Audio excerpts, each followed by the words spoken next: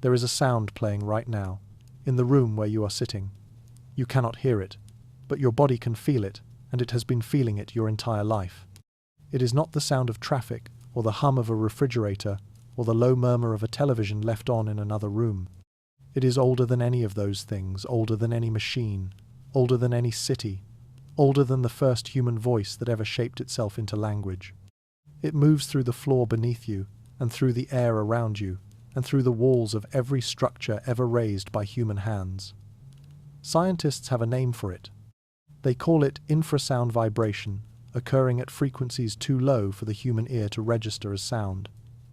But the fact that you cannot hear it does not mean it passes through you without consequence. Your body registers it. Your nervous system registers it. Something in the deepest, most wordless part of your brain responds to this vibration every moment of every day, whether you are awake or asleep, whether you are standing in an open field or sealed inside a building of glass and steel. Most people never consciously notice it, or rather, they notice it, but they do not know what they are noticing.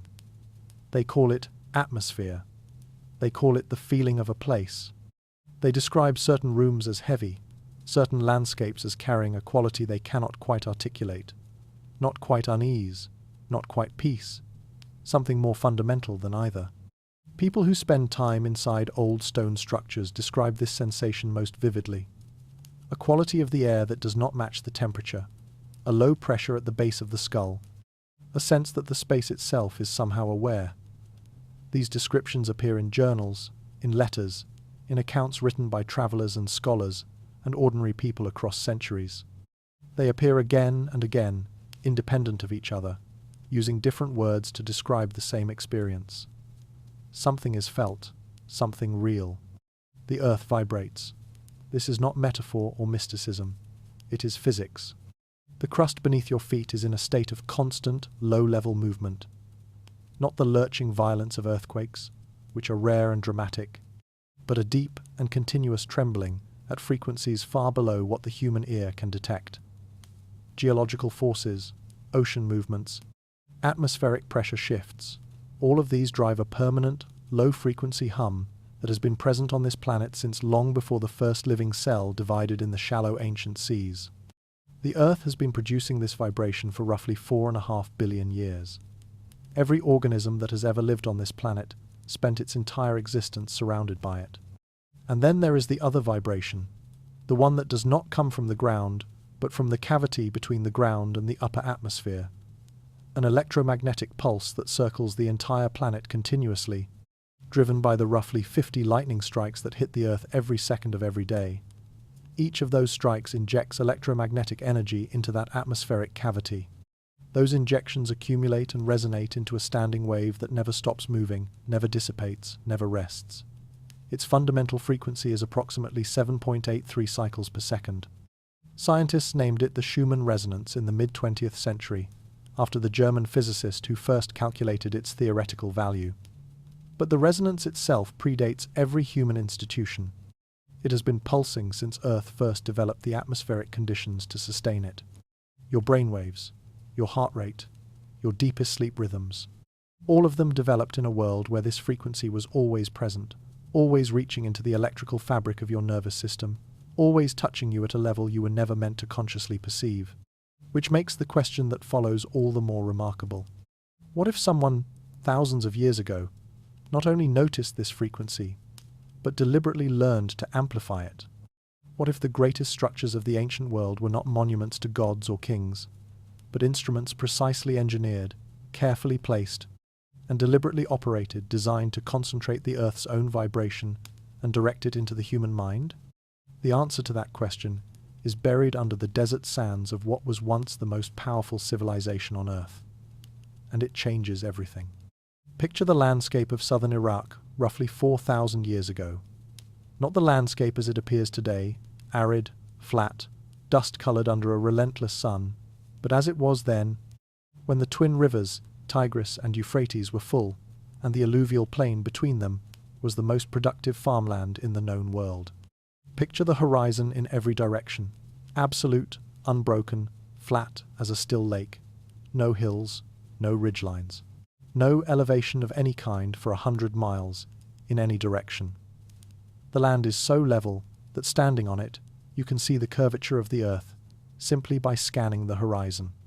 And then, rising from that perfect flatness, something that has no business being there. A mountain. Not a natural mountain. A construction. Stepped in tiers like a giant staircase cut from the landscape and inverted, each level slightly smaller than the one below, rising in precise geometric stages toward a single flat summit where, in the clear desert air, the sky seems close enough to touch. The structure is made entirely of brick, millions of them, fired in kilns and laid in careful patterns across a base that stretches farther than a football field in every direction. It would dwarf any modern building you have ever entered. It would dominate the skyline of any modern city. And it was built, without metal tools or wheeled cranes or any technology that modern engineers would recognize, by people who had been building like this for generations. This was a ziggurat, and there were dozens of them.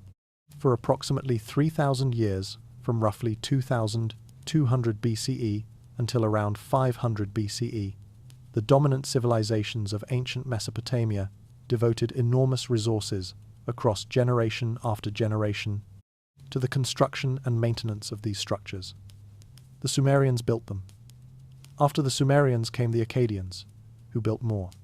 The Babylonians built more still, including Etemenanki in the city of Babylon, a ziggurat so immense and so legendary that when the Hebrew scribes encountered it, they transformed it into the Tower of Babel, the symbol of human ambition punished by divine force.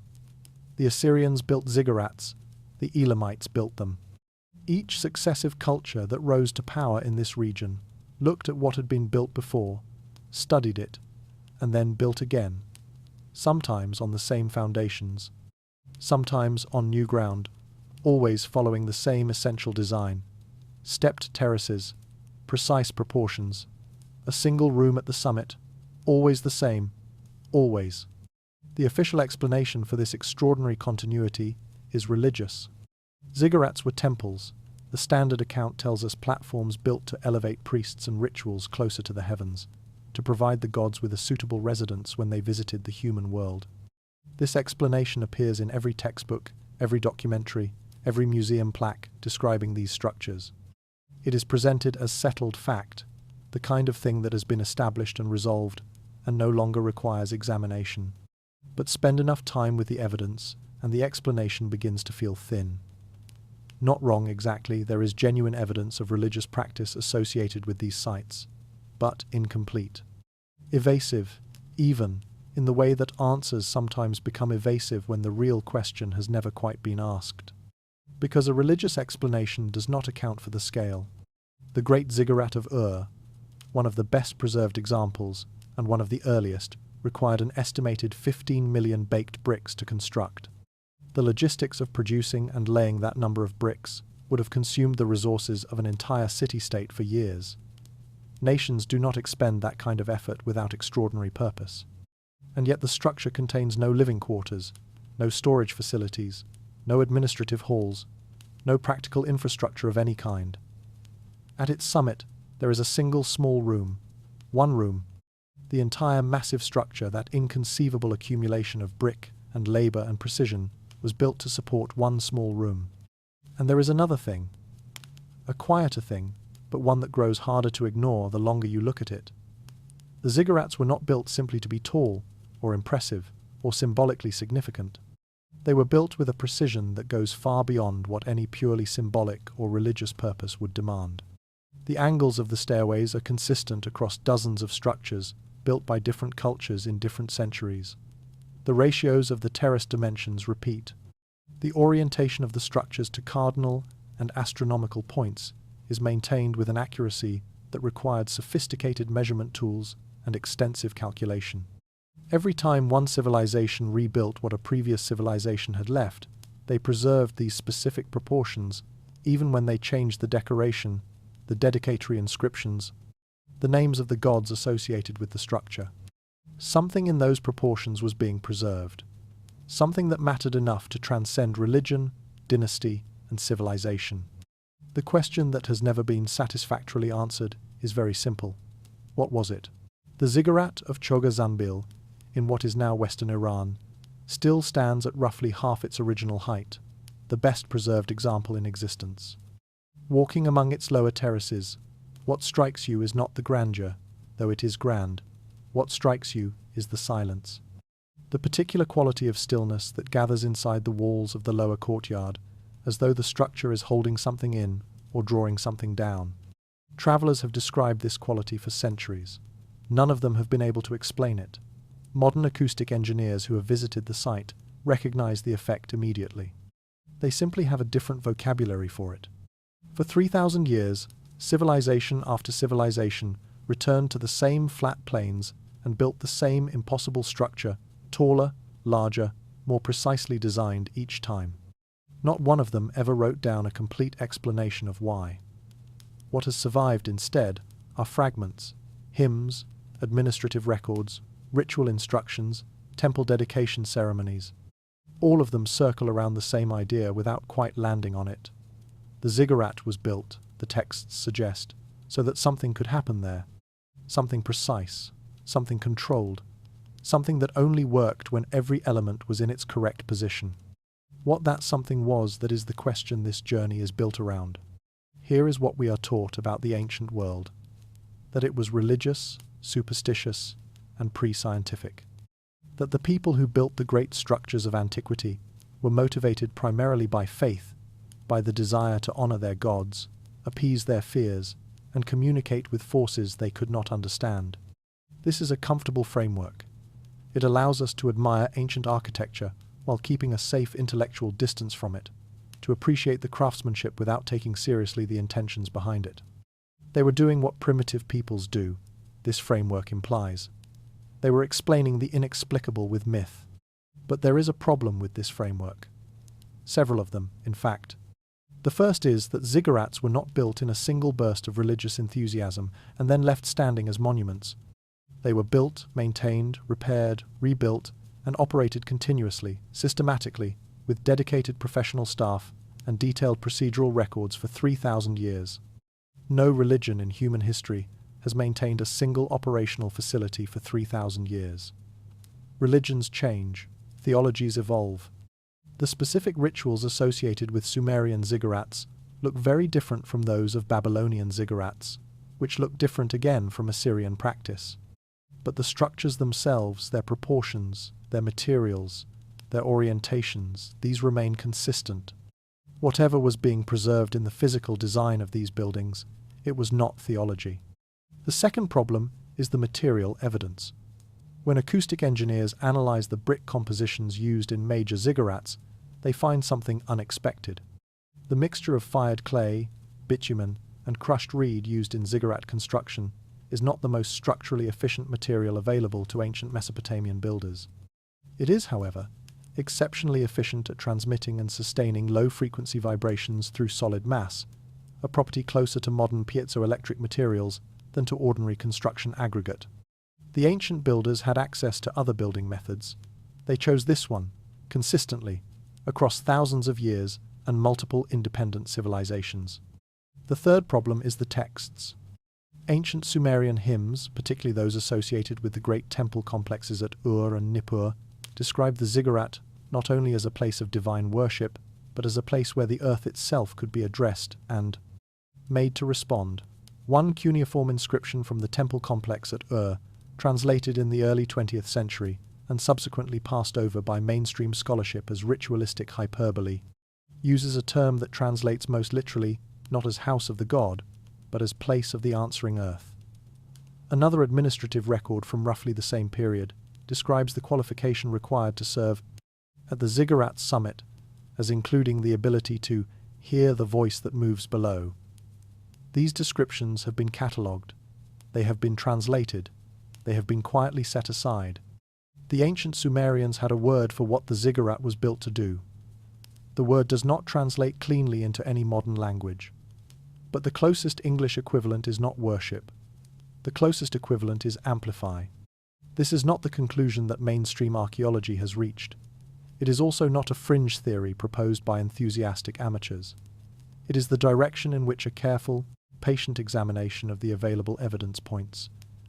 And it is the direction this documentary will follow, one piece of evidence at a time, until the full shape of what was built in ancient Mesopotamia comes into focus. That shape has a name. We will not speak it fully yet, but you have already heard the first note of it, that low, persistent frequency moving through the floor beneath you right now. The one your body has been feeling your whole life without ever quite knowing what it was. The ancients called it the voice of the earth. Modern physics has a different name for it. And somewhere between those two descriptions, in the space where ancient practice and modern science have been slowly, quietly converging, the full truth of what the ziggurats were built to do is finally becoming visible. What was built, how it worked, why it was hidden, and what it means that its frequency is, even now, still pulsing, that is where we are going. Before we can understand what was built in ancient Mesopotamia, we need to understand who built it. Not in the way history books usually do, with names and dates and dynasties arranged in neat chronological order, but in the way that actually matters for our purposes. We need to understand how these people thought, what they knew, and how much of their knowledge has been systematically underestimated by the modern world that came after them. By 3500 BCE, the Sumerians of southern Mesopotamia had developed written language. Not primitive pictographic scratching, though that was the origin, but a sophisticated symbolic system capable of recording legal contracts, mathematical calculations, medical observations, astronomical records, and administrative data in exhaustive detail. The fact that we know as much as we do about Sumerian civilization is itself a consequence of this extraordinary literacy. They wrote everything down, pressed their reed styluses into wet clay tablets that subsequently hardened and survived, and we have recovered hundreds of thousands of those tablets from various sites across southern Iraq. The Sumerian record is, in many ways, more complete than the record of civilizations that are far more recent. What that record reveals is a civilization of startling sophistication. The Sumerians used a base 60 numerical system, the same system that underlies our modern measurement of time and angles, which is why an hour has 60 minutes and a circle has 360 degrees. They developed the wheel. They developed the arch. They practiced surgical medicine and compiled pharmacological references. They produced detailed astronomical records, accurate enough that modern astronomers use them to verify their own models of planetary motion.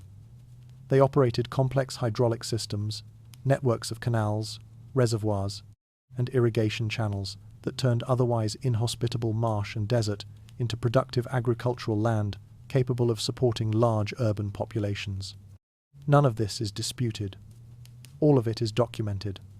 And yet, when the question of what the Sumerians knew about the natural world is raised in the context of their religious and ceremonial practices, the academic tendency is almost always the same: to assume that those practices were motivated by superstition rather than observation, to classify their descriptions of natural phenomena as myth rather than record. But Sumerian texts contain things that deserve more careful attention than they typically receive. They describe, in consistent and specific terms, a phenomenon they called the trembling of the deep ground, a low-frequency vibration that intensified at certain seasons, in certain locations, and in response to certain atmospheric conditions. They describe the behavior of water surfaces as a marker for subsurface vibration, the way a bowl of liquid placed on the floor of a specific location would develop patterns of standing waves at certain times that it would not develop at others.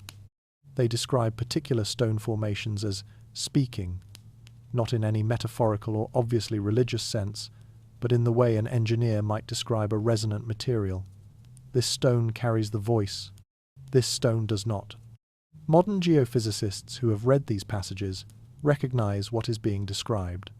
They are descriptions of microseismic activity, of infrasonic propagation through stone and earth, of the visual markers of subsurface vibration in contained liquid. These are observations that a careful, methodical, empirically minded civilization would make over many generations of paying close attention to the world around it. The Sumerians invented the wheel and the arch and the written word. The one thing history has never seriously asked is what else they may have discovered and simply recorded in a language we have not yet learned to read correctly. In the standard historical picture, the priests of ancient Mesopotamia are administrators of the sacred. They perform rituals, maintain temples, interpret divine will, and mediate between the human community and its gods. This picture is not wrong, but it is radically incomplete in a way that becomes clear the moment you examine the actual documentary record of what these people did with their time. The priestly institutions of Sumerian city-states were the primary repository of every advanced technical skill their civilization possessed. Astronomical observation and calendar calculation took place in the temples. Mathematical education happened there. Medical training, engineering supervision, agricultural planning. The priests were not separated from the practical work of civilization, they were its technical backbone, and their records of the natural world were not mythological fancies. They were working data, accumulated over generations, used to make practical decisions. Among the priestly classes, there were specialists whose roles have puzzled scholars for as long as the relevant texts have been translated. One of these groups was called the Gala. Their presence is documented across several centuries of Sumerian and Babylonian administrative records. They are described consistently as operating within the major temple complexes, as reporting to the highest levels of the priestly hierarchy, and as being trained in a set of skills that the texts describe in terms that translators have historically rendered as ritual music or sacred chanting. But the specific language used is more precise than that. Translation suggests the Gala are described in multiple independent texts as being trained to move vibration through the earth, to generate and sustain specific tones and frequencies within temple structures, and to monitor the earth's own vibrational response to that generation. Their training, as recorded in temple school curricula from the site of Nippur, included years of sustained low-register vocal practice, the study of specific tonal intervals and their physical effects on the surrounding environment, and the placement of resonating materials, drums, hollow vessels, and chambers lined with bitumen and reed within the walls of temple structures during construction. The Gala were not decorative. They were not merely adding atmosphere to religious ceremonies. They were doing something technical and specific, with a professional training that took years and produced measurable results. And those results, whatever they were considered important enough that the institution of the Gala persisted, with consistent training requirements and consistent operational procedures, across multiple civilizations and multiple centuries.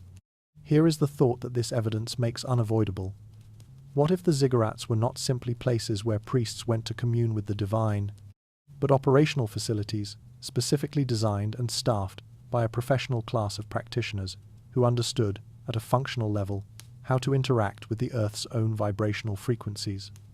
The religious language surrounding their work would not make that understanding false. It would simply be the vocabulary available to a pre-scientific culture for describing a technical practice that was real, repeatable, and carefully maintained. There is a class of Sumerian priest that modern historians have never quite known what to do with. Their title translates roughly as those who make the earth move.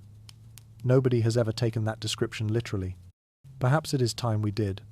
The Great Ziggurat of Ur was built sometime around 2100 BCE by the king Ur-Nammu and completed by his son Shulgi. Its base measures approximately 64 by 46 meters. Its original height is estimated at around 21 meters across 3 main terraces, with a shrine at the summit. These are the numbers that appear in architectural surveys. But there are other numbers embedded in this structure, ratios and angles and dimensional relationships that do not appear in the standard surveys, because they were not what the surveyors were looking for. The stairways of the Great Ziggurat of Ur are angled at approximately 58 degrees from horizontal. This is not a structurally necessary angle. Stairs can be built at a wide range of angles with equal structural integrity. The choice of 58 degrees is specific, and it has a specific consequence. Surfaces angled at approximately 58 degrees relative to an incoming low-frequency wave reflect that wave back toward its source at maximum amplitude. In acoustic engineering, this angular relationship is used deliberately in the design of concert halls and recording studios to manage the behavior of low-frequency sound within enclosed or semi-enclosed spaces. The builders of the Great Ziggurat of Ur did not have access to acoustic engineering textbooks, but they had centuries of empirical observation, and they had the Gala, the specialists trained precisely in the behavior of vibration in physical spaces. and they angled their stairways at 58 degrees. Every major ziggurat for which sufficient dimensional data survives shows the same pattern. The foundation proportions are equally revealing. The ratio of length to width to height in the Ziggurat of Ur, 64 to 46 to 21, produces a structure whose primary resonant frequency, when modeled using finite element analysis software, falls consistently between 7.2 and 8.1 Hz under varying material assumptions. The center of that range is 7.65 Hz.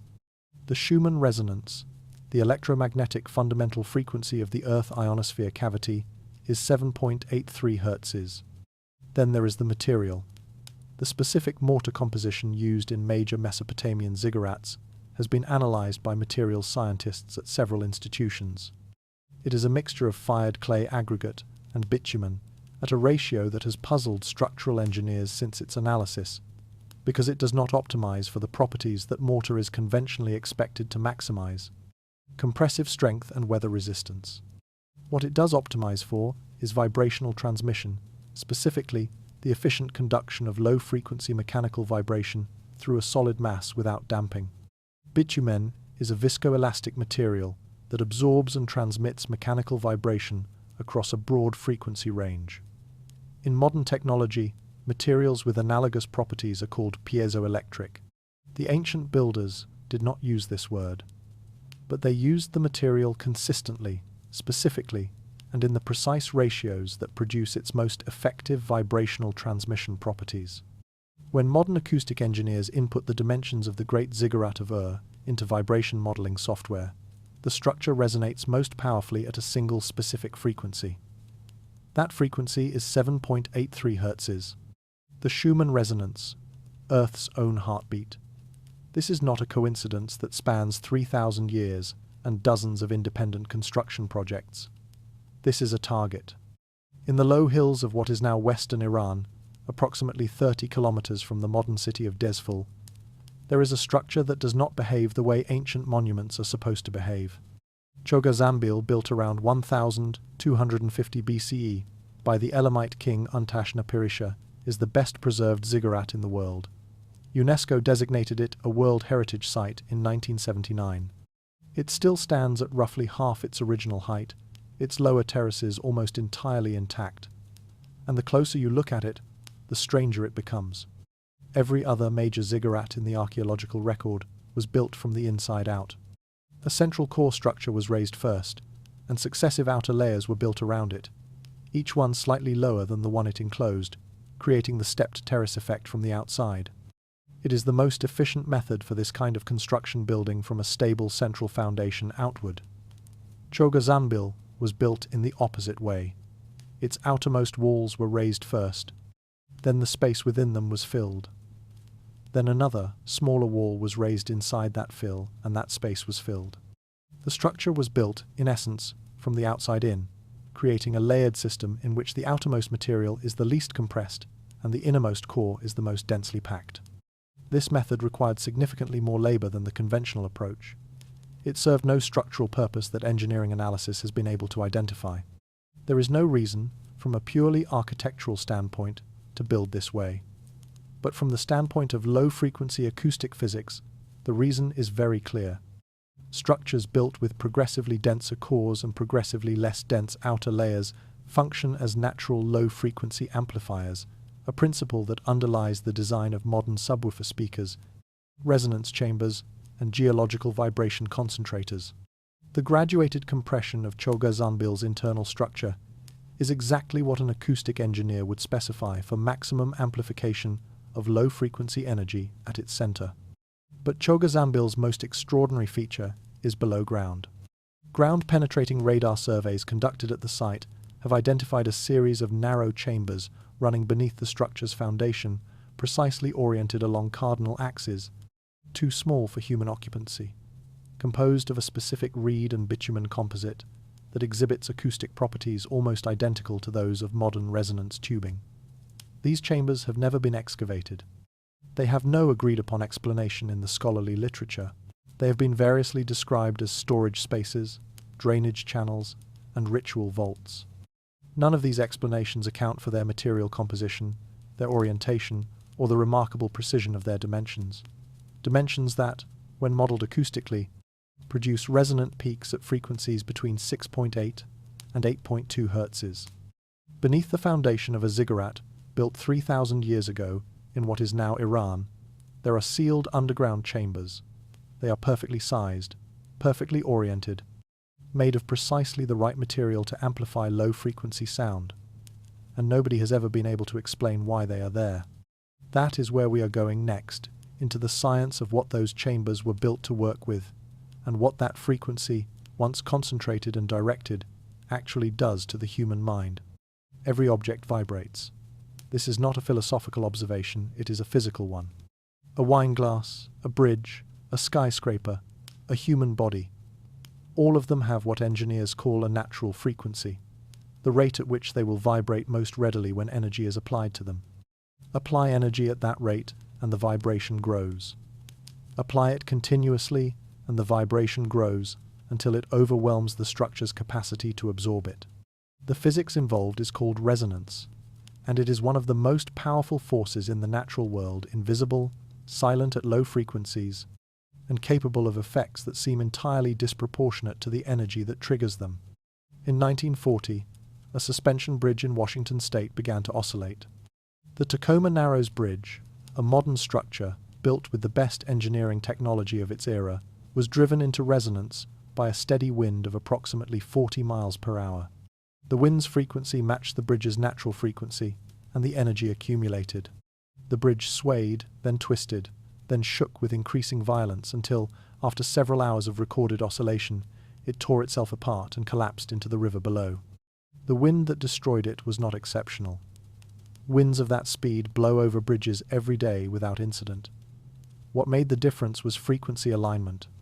When the driving frequency matched the natural frequency, the ordinary became catastrophic. Scale that principle down from destruction to induction. Instead of driving a bridge to collapse, consider what it would mean to drive a human nervous system gently, precisely, at exactly the right frequency, into a state of sustained resonance. Not destruction, but deepening. Not catastrophe, but coherence. The Great Ziggurat of Ur presents, to acoustic modeling software, a specific, resonant frequency. The calculation involves its mass, its geometry, its material composition, and its interface with the ground beneath it. Different modeling teams, using different software and different assumptions about material properties, have arrived at figures ranging from 7.1 to 8.3 Hz for the structure's primary resonant mode. The average across multiple independent analyses sits at approximately 7.65 Hz. The Schumann resonance, the fundamental electromagnetic frequency of Earth's atmospheric cavity, is 7.83 Hz. The theta brainwave ranged the frequency band associated in human neuroscience with deep meditation, hypnagogic states, creative insight, and the threshold between waking and dreaming runs from approximately 4 to 8 Hz, with the most commonly reported visionary and revelatory states clustering between 6 and 8 Hz. 3 independent frequency domains, structural acoustics, atmospheric physics, and human neurophysiology, converging within a fraction of a single Hertz. The difference between the ziggurat's modeled resonant peak and the Schumann fundamental is approximately 0.18 Hz. In acoustic engineering, that is not a coincidence, that is a specification. It is the kind of precision you arrive at after years of careful, empirical adjustment. The kind that tells you the builder was not approximating, but aiming. The question that follows from this is not whether the convergence is real. The modeling results exist. The measurements exist. The question is what it means and whether it was intended. The answer to that question is encoded in the construction itself, waiting for someone to ask it with the right vocabulary. The builders of Gothic cathedrals in medieval Europe did not know what reverberation time was. They had no formal acoustic theory, no frequency analysis, no measurement instruments capable of quantifying the behavior of sound in enclosed spaces.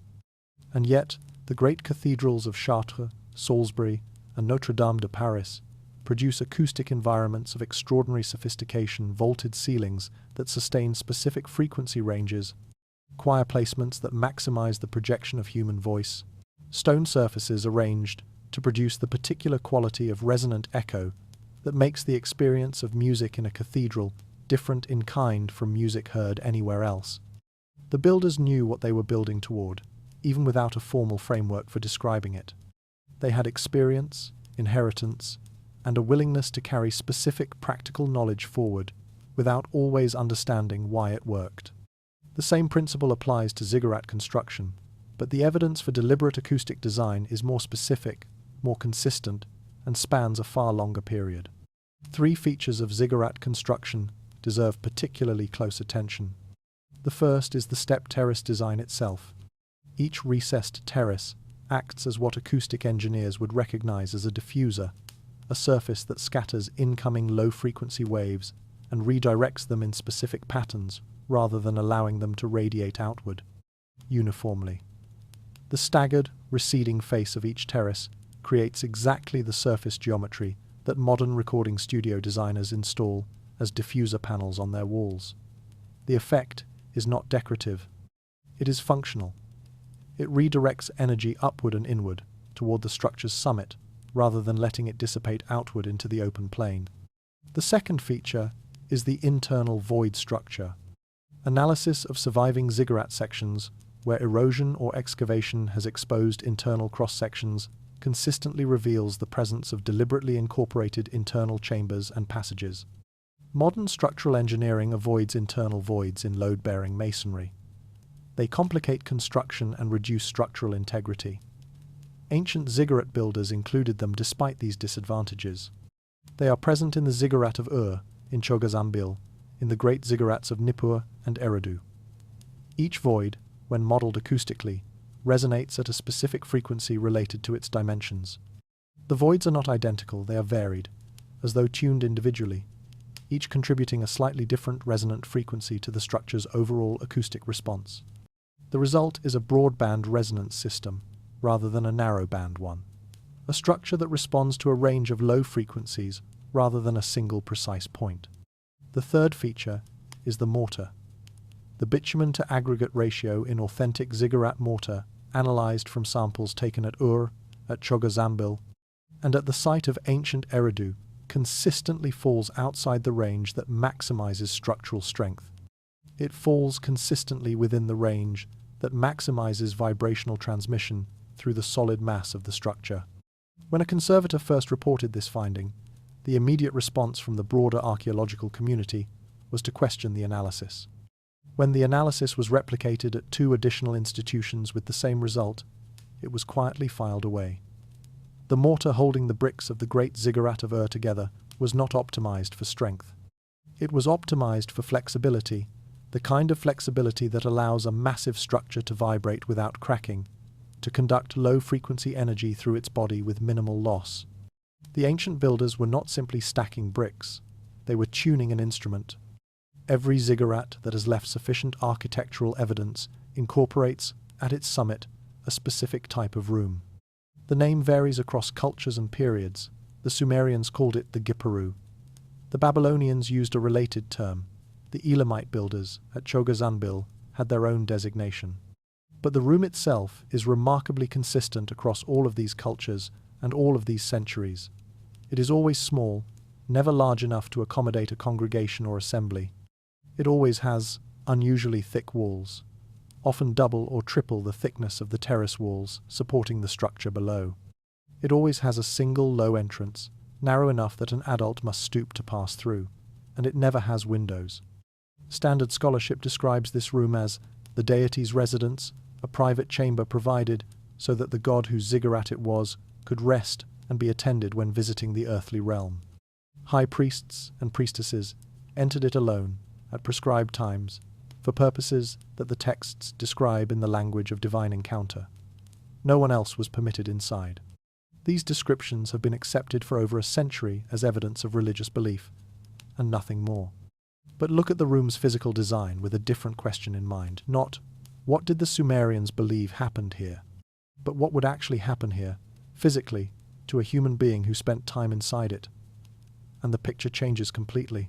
The Gipparu's thick walls serve a specific acoustic function. They prevent the dissipation of low-frequency energy from within the enclosed space. Low-frequency waves are notoriously difficult to contain. They pass through ordinary walls with very little attenuation, which is why you can hear the bass from a neighbor's music while the treble is inaudible. The double-thick walls of the Giparu would contain low frequencies that would pass freely through any normal structure. The small enclosed volume of the room would create intense acoustic pressure at resonant frequencies, more pressure than the same frequency in a larger space, because the energy has nowhere to go. The low ceiling height amplifies standing wave formation in the 4 to 8 Hz range, creating nodes of concentrated vibrational energy at specific points in the room, including the floor-level area where a person sitting or lying would be positioned. In 1998, a British researcher named Vic Tandy was working late in a laboratory at Coventry University when he noticed something wrong. He felt inexplicably uneasy. He experienced peripheral visual disturbances, something seen at the edge of vision that was not there when he looked directly at it. He felt cold and disoriented in a way that did not correspond to the actual temperature of the room. When he investigated, he found that a standing wave at approximately 18.98 Hz was being generated by a newly installed ventilation fan. The wave was filling the laboratory with infrasound at a specific frequency inaudible, unfelt as vibration, but producing the precise suite of neurological effects he had experienced. When the fan was adjusted, the effects vanished. The Giparu of the Great Ziggurat of Ur would produce similar effects at lower frequencies, longer wavelengths, deeper penetration into neural tissue, more sustained exposure, more profound neurological response. The ancient Sumerians called it the House of the God. Modern acoustic engineers would call it a resonance chamber. Both descriptions, it appears, may be accurate in ways that neither tradition fully understood. In the sacred literature of ancient Sumer, there is a ceremony that scholars have studied for decades without ever quite knowing what to make of it. It is called the hieros gamos, a Greek phrase, since the original Sumerian term resists clean translation, meaning, roughly, the sacred marriage. In this ritual, the highest-ranking priest or priestess of a major temple would ascend alone to the summit chamber of the ziggurat at a prescribed time, under prescribed conditions, and spend the night there in what the texts describe as direct communion with the deity associated with that particular structure. They were to emerge the following morning, bearing whatever the deity had communicated, instruction, prophecy, guidance on decisions facing the city or the state. Generations of scholars have interpreted this ritual through the lens of religious metaphor, occasionally with uncomfortable speculation about its sexual symbolism. What almost no one has done is ask the most straightforward question available: what actually happened to the person who entered that chamber? A person seated inside the Giparu during a period of elevated Schumann resonance activity would be exposed to sustained low-frequency electromagnetic and acoustic stimulation at approximately 7.83 Hz. This is the frequency at which the human brain, in an appropriate state of relaxation, begins to shift from alpha to theta wave activity, from the relaxed clarity of ordinary waking awareness toward the deeper, more associative, more visually and acoustically rich state associated with the threshold of dreaming. Sustained theta wave activity produces specific and well-documented neurological effects. The quieting of the default mode network, the brain's self-referential, analytical, language-dominant mode, and the rising activity of older, more pattern recognition-oriented neural systems. In this state, people consistently report experiences that the world's contemplative and mystical traditions have described in their own various vocabularies for thousands of years.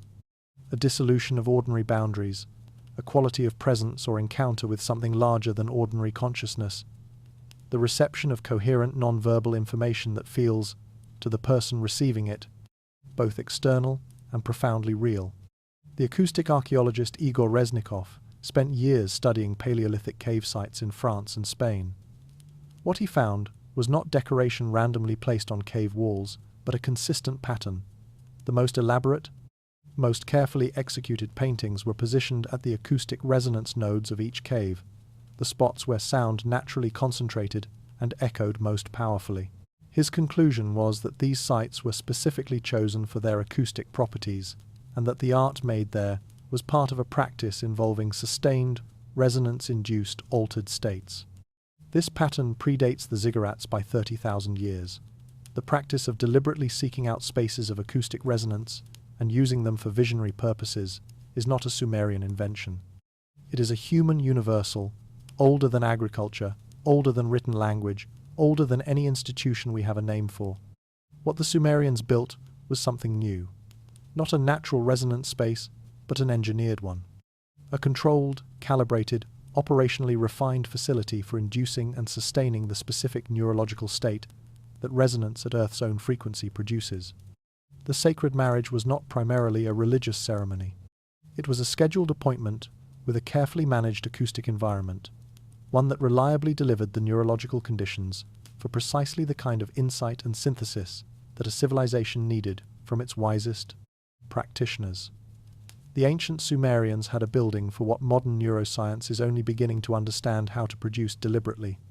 That building is still there, in the Iraqi desert, its bricks still conducting the same frequency through their bitumen-laced mortar. The Jiparu is gone, but the earth beneath it still hums at 7.83 hertzes. And somewhere in the physics of that fact, the full story of what was built there is waiting to be told.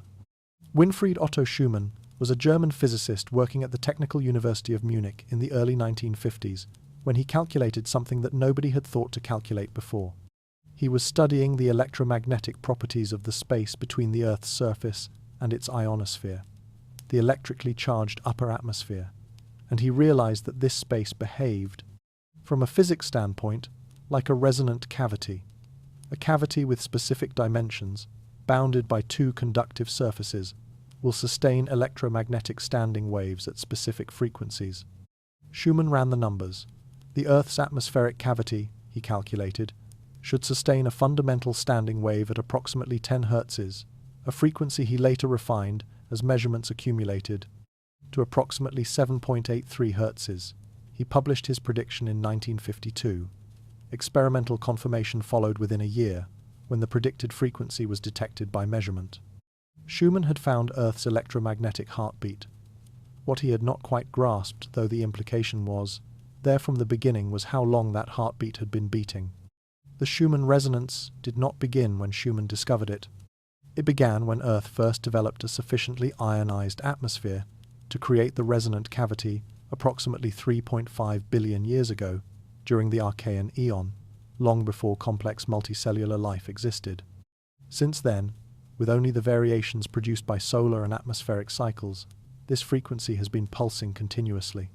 It has been pulsing through every geological era, through every mass extinction, through every rise and fall of ocean levels and ice sheets and continental configurations. It pulsed through the emergence of the first animals with nervous systems. It pulsed through the development of the first mammals. It pulsed through the evolution of the human brain, from its earliest proto-human ancestors to its current form. This is what makes the Schumann resonance not merely scientifically interesting, but biologically profound. Every organism that has ever possessed a nervous system, and certainly every human being who has ever lived, evolved within the continuous electromagnetic presence of this frequency. It has been the background electromagnetic environment of all terrestrial life for billions of years. The question this fact raises for evolutionary biology is immediate and significant. If an electromagnetic frequency has been present throughout the entire history of nervous system evolution, is it reasonable to assume that nervous systems evolved in complete independence from it? Or is it more likely that the frequency and the nervous system, developed in some kind of relationship? That the frequency left its signature in the architecture of the brain, the way a river leaves its signature in the landscape through which it runs? The people who built the Ziggurats could not have known any of this in these terms. They had no concept of electromagnetic resonance, no framework for atmospheric physics. But they had something that a sufficient number of generations of careful, empirical observation produces: working knowledge of effects. They knew, because they had watched, recorded, and tested over many lifetimes, that certain conditions produced certain outcomes, that certain structures, in certain places, at certain times, created experiences of a specific and valuable kind. The physics behind what they knew does not make that knowledge less real. If anything, it makes it more impressive. Lightning strikes the Earth approximately 8 million times per day. Each strike is a drumbeat. For 3.5 billion years, every organism that has ever lived has developed to the rhythm of that drumbeat, whether it knew so or not. The Sumerians, it appears, were among the first to listen deliberately. The human brain produces electrical activity that can be measured at the scalp as fluctuating patterns of voltage. These patterns, called brainwaves, occur at specific frequency ranges that correspond, roughly, to specific states of consciousness. When you are engaged in active, analytical thinking, writing, calculating, debating, your brain tends to produce waves in the beta range, 13 to 30 Hz, fast and relatively low in amplitude. When you relax, close your eyes, and allow your mind to settle without focusing on a specific task, activity shifts toward the alpha range, 8 to 12 Hz, slower and larger in amplitude, associated with calm, unfocused awareness. When you meditate deeply, or drift in the hypnagogic state between waking and sleep, or enter the kind of absorbed attention that produces creative insight, brainwave activity descends further still, into the theta range, 4 to 8 Hz, slow and large, associated with the particular mode of cognition that every contemplative tradition on Earth has found ways to cultivate. The Schumann resonance, at 7.83 Hz, sits at the top of the theta range, precisely at the boundary between relaxed alpha and the beginning of deep theta. This is not the coincidence it might seem, for the reasons already discussed.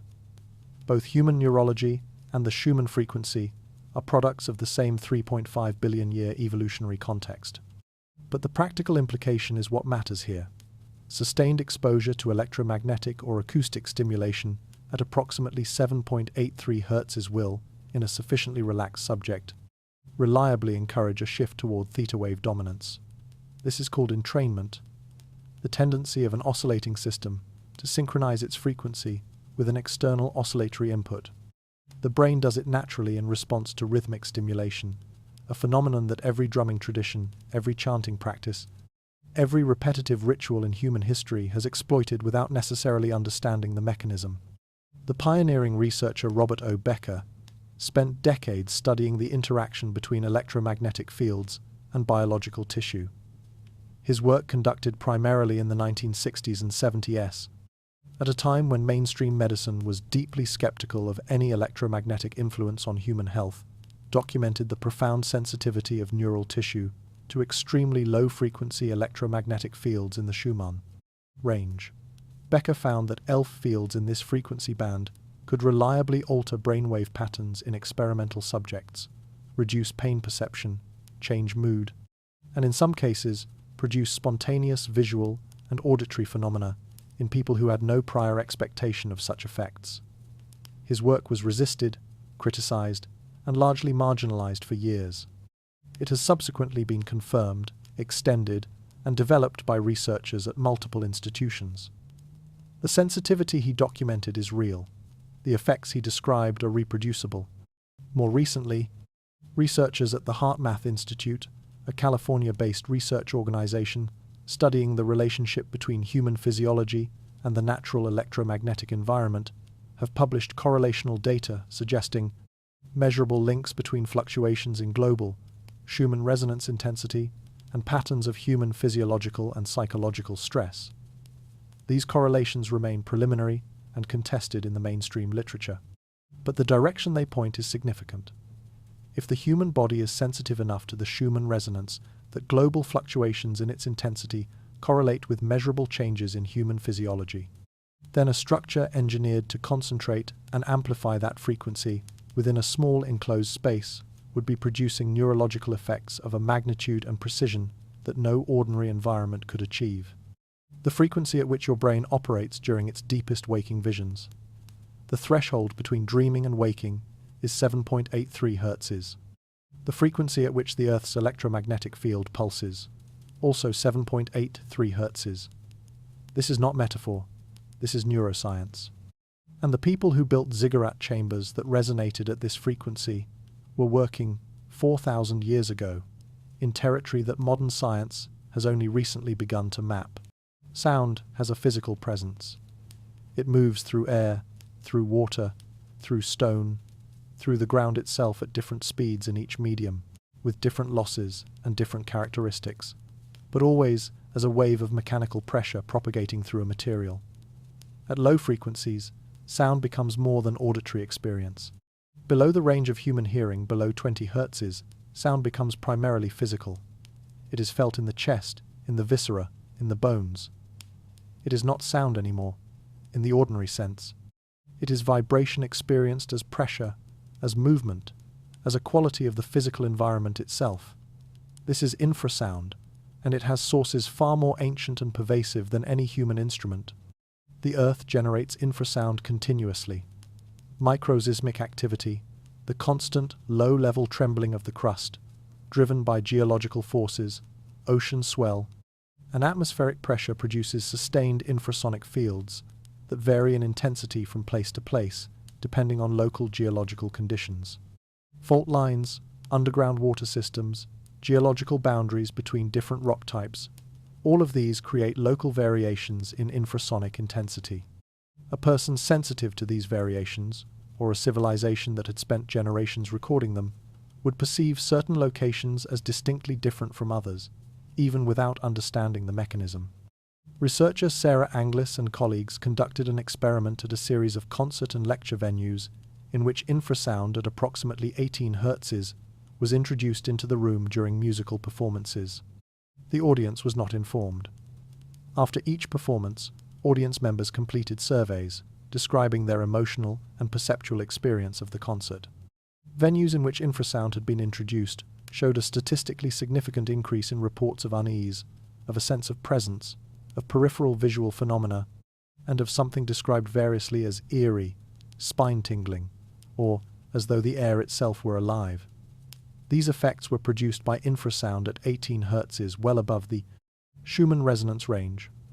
Scale the frequency downward towards 7 to 8 Hz, increase the acoustic pressure, and extend the duration of exposure.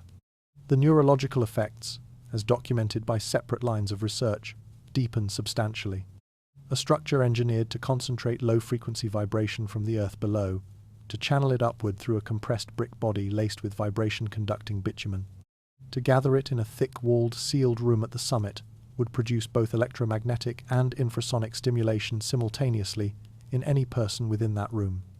The electromagnetic component acts directly on neural tissue. The infrasonic component acts on the vestibular system, the inner ear, and the body's deep pressure receptors. Together, these two pathways of stimulation would produce a neurological state that no other natural or constructed environment could replicate. There is a frequency of sound that you cannot hear, but that your body cannot ignore. Researchers have played it in concert halls without telling the audience. What followed was described by audience members as the sudden, inexplicable feeling that they were not alone, that something else was in the room with them.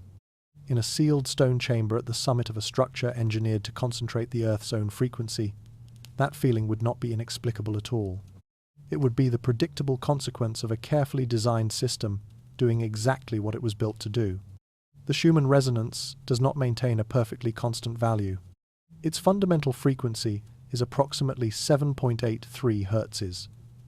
But this is an average, a central tendency around which the actual measured frequency fluctuates, sometimes significantly, in response to changes in the ionosphere driven by solar activity, geomagnetic storms, and large-scale atmospheric events. During periods of intense solar activity, particularly coronal mass ejections, in which the Sun releases enormous bursts of charged particles that interact with Earth's magnetic field, the Schumann resonance can shift upward in frequency by measurable amounts, and more significantly, its amplitude can increase dramatically. These Schumann resonance spikes are documented by monitoring networks around the world. They are real, they are regular, and they are powerful enough to affect sensitive instrumentation. What would a Schumann resonance spike have looked and felt like to an ancient observer who lacked electromagnetic instrumentation, but possessed generations of careful environmental observation? The electromagnetic effects would be invisible, but the associated phenomena would not be. Intense geomagnetic disturbances produce visible aurora, sometimes at latitudes far south of where they are normally visible, including potentially in ancient Mesopotamia during periods of exceptional solar activity. They produce erratic behavior in animals that use Earth's magnetic field for navigation. They intensify the microseismic activity of geologically active regions, producing unusual ground tremors. They change the quality of atmospheric electrical phenomena, the frequency and character of lightning, the ionization of the air. A civilization that had spent centuries recording all of these indicators, as the Sumerian astronomical and meteorological records suggest they had, could develop a working calendar of elevated Schumann activity without ever measuring electromagnetic frequency directly. They would observe the indicators, correlate them with the experiences produced inside their resonant structures, and learn to schedule their most important ceremonies for the periods of peak natural amplification. The great festivals of the Sumerian ceremonial calendar have puzzled historians for decades.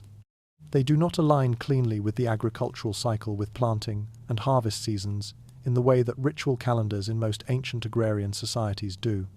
Some of them align with astronomical events, solstices, equinoxes, planetary conjunctions, but others align with nothing that has been satisfactorily identified. An alternative correlation has not, to date, been systematically tested. The alignment of major Sumerian ceremonial dates with periods of historically elevated geomagnetic and solar activity. The data for such a test exists. Historical records of solar events extend back far enough, and Sumerian festival calendars are preserved in sufficient detail. It is a test that has not been run. The ancient Sumerians called the moments of greatest electromagnetic intensity in the language available to them, the language of felt experience and natural observation, the times when the earth is listening. They built structures designed to amplify what the earth was saying, and they scheduled their most important encounters with that amplified voice for the moments when the earth's own voice was loudest. What they heard in those moments, and what they did with what they heard, that is the territory the next chapter enters. The cuneiform tablets recovered from the scribal school at Nippur, one of the most important centers of Sumerian religious and administrative culture, include curriculum documents, records of what was taught, in what order, and over how long a period. These records have been studied by scholars for their linguistic and administrative content. What has received less attention is what they reveal about the training required for the highest levels of priestly practice, and specifically about the role of sound and vibration in that training. The most senior category of ziggurat practitioner, the priest or unpriestess, who held the highest ritual authority and was the sole person permitted to enter and operate the summit chamber, underwent a training period of approximately 15 years before being permitted access to that room. 15 years of preparation for a single room. The scale of this investment tells you something about the importance of what happened there and the precision required to do it safely. It also tells you something specific when you read the curriculum records carefully about what that training involved. Sustained low-register vocal practice appears in the temple school records as a daily requirement from the earliest stages of priestly education, not as musical training in any modern sense, not as preparation for choral performance, but as a specific discipline with its own technical vocabulary and its own progression of difficulty. Students were trained to produce and sustain specific tones at the lowest register of the human voice, for extended periods, initially for minutes, progressing over years to sustained sessions of hours. They were taught to monitor the acoustic response of the space around them, the way certain tones produced sympathetic vibration in the stone walls and floor, and to adjust their vocalizations in response to that feedback. They were taught, in short, to tune themselves to their environment, and their environment to themselves. The physics behind this practice has a name in modern acoustics: entrainment. When a rhythmic sound at a specific frequency is produced continuously in an environment, other oscillating systems in that environment, including human brainwaves, tend to synchronize to that frequency over time. A trained vocalist sustaining a low tone at approximately 7 to 8 Hz in a resonance-optimized stone chamber would create an acoustic environment in which any person present would experience progressive theta wave. Entrainment. The process is not instantaneous, it takes time, which is why the extended sessions recorded in the temple training accounts are significant. They are not devotional endurance. They are a technical requirement. The specific duration records in the Nippur curriculum, 4 hours as the minimum session length for advanced practice, correspond with the time frame that modern acoustic neuroscience has identified as necessary for sustained theta state induction through acoustic entrainment. The training was not building faith. It was building a skill, and the skill was the deliberate, controlled production of a specific neurological state, in a specific person, in a specific room, at a specific time. The entrance is low enough that you must bend to pass through it. Inside, the room is smaller than you expect, perhaps 4 meters by 5, with a ceiling barely high enough to stand under. The walls are thick enough that the sound of the world outside disappears the moment the entrance is sealed. What replaces it is not silence, something deeper than silence.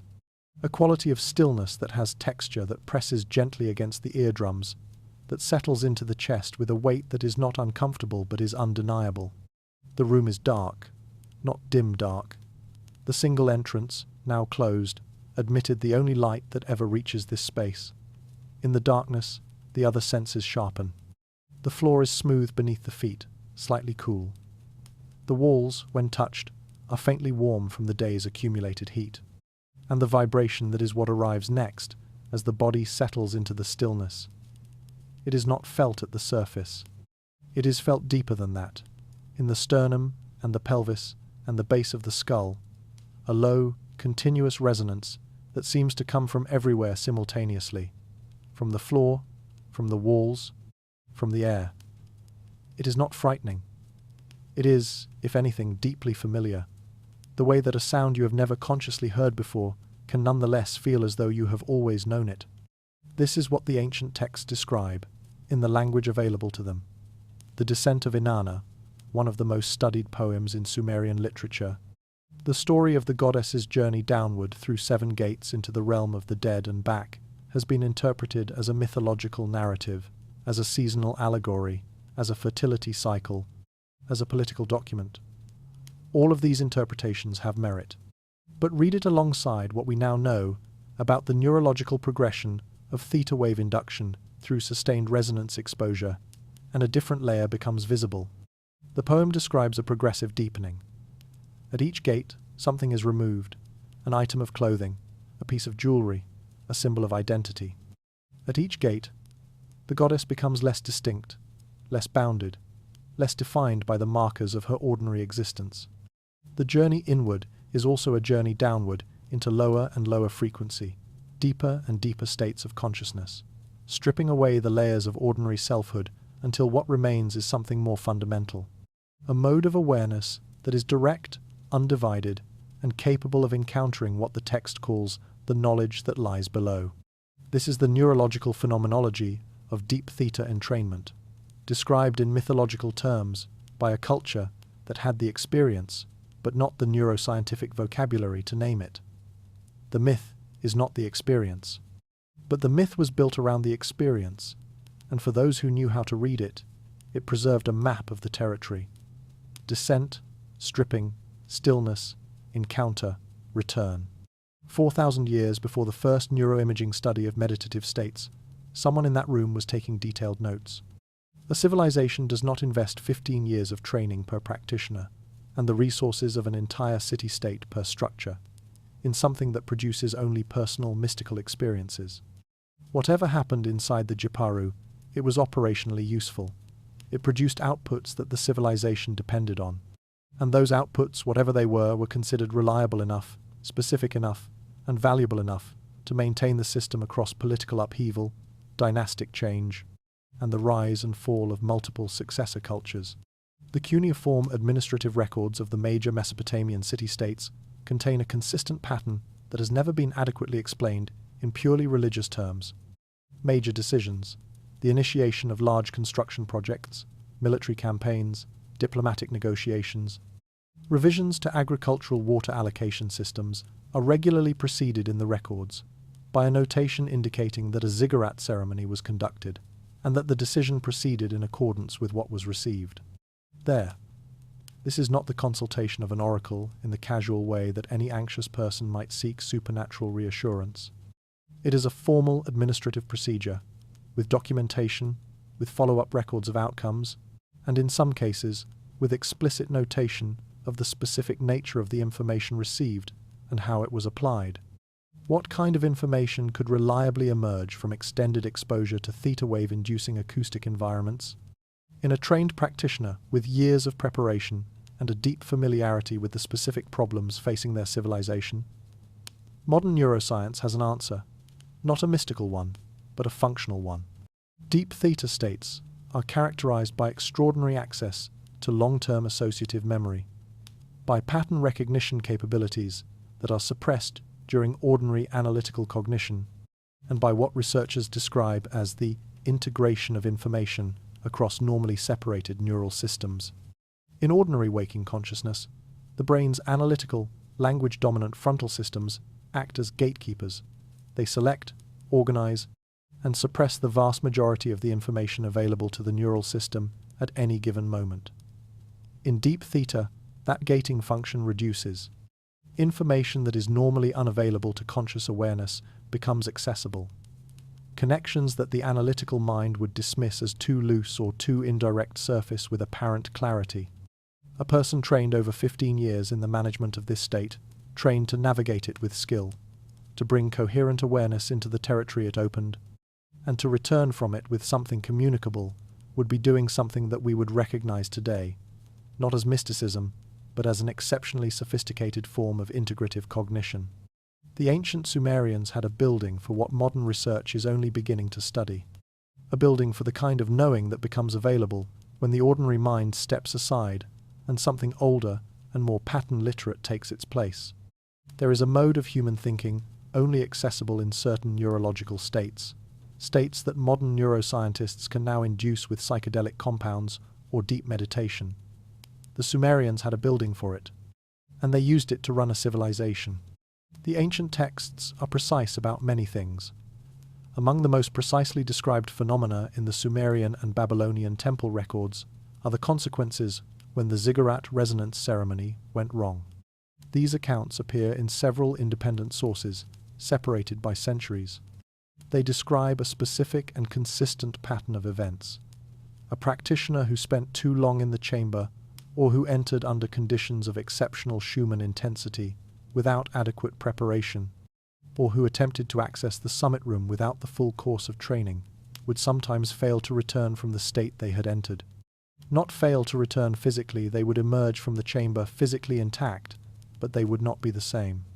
The records describe individuals who, after such an incident, could no longer engage with ordinary reality in the normal way. They would continue vocalizing the sustained low tones of the ritual practice involuntarily, without awareness of what they were doing. They would not respond to their own names. They would stare without focusing, as though seeing something other than what was physically present. They would remain in this state for hours, sometimes days.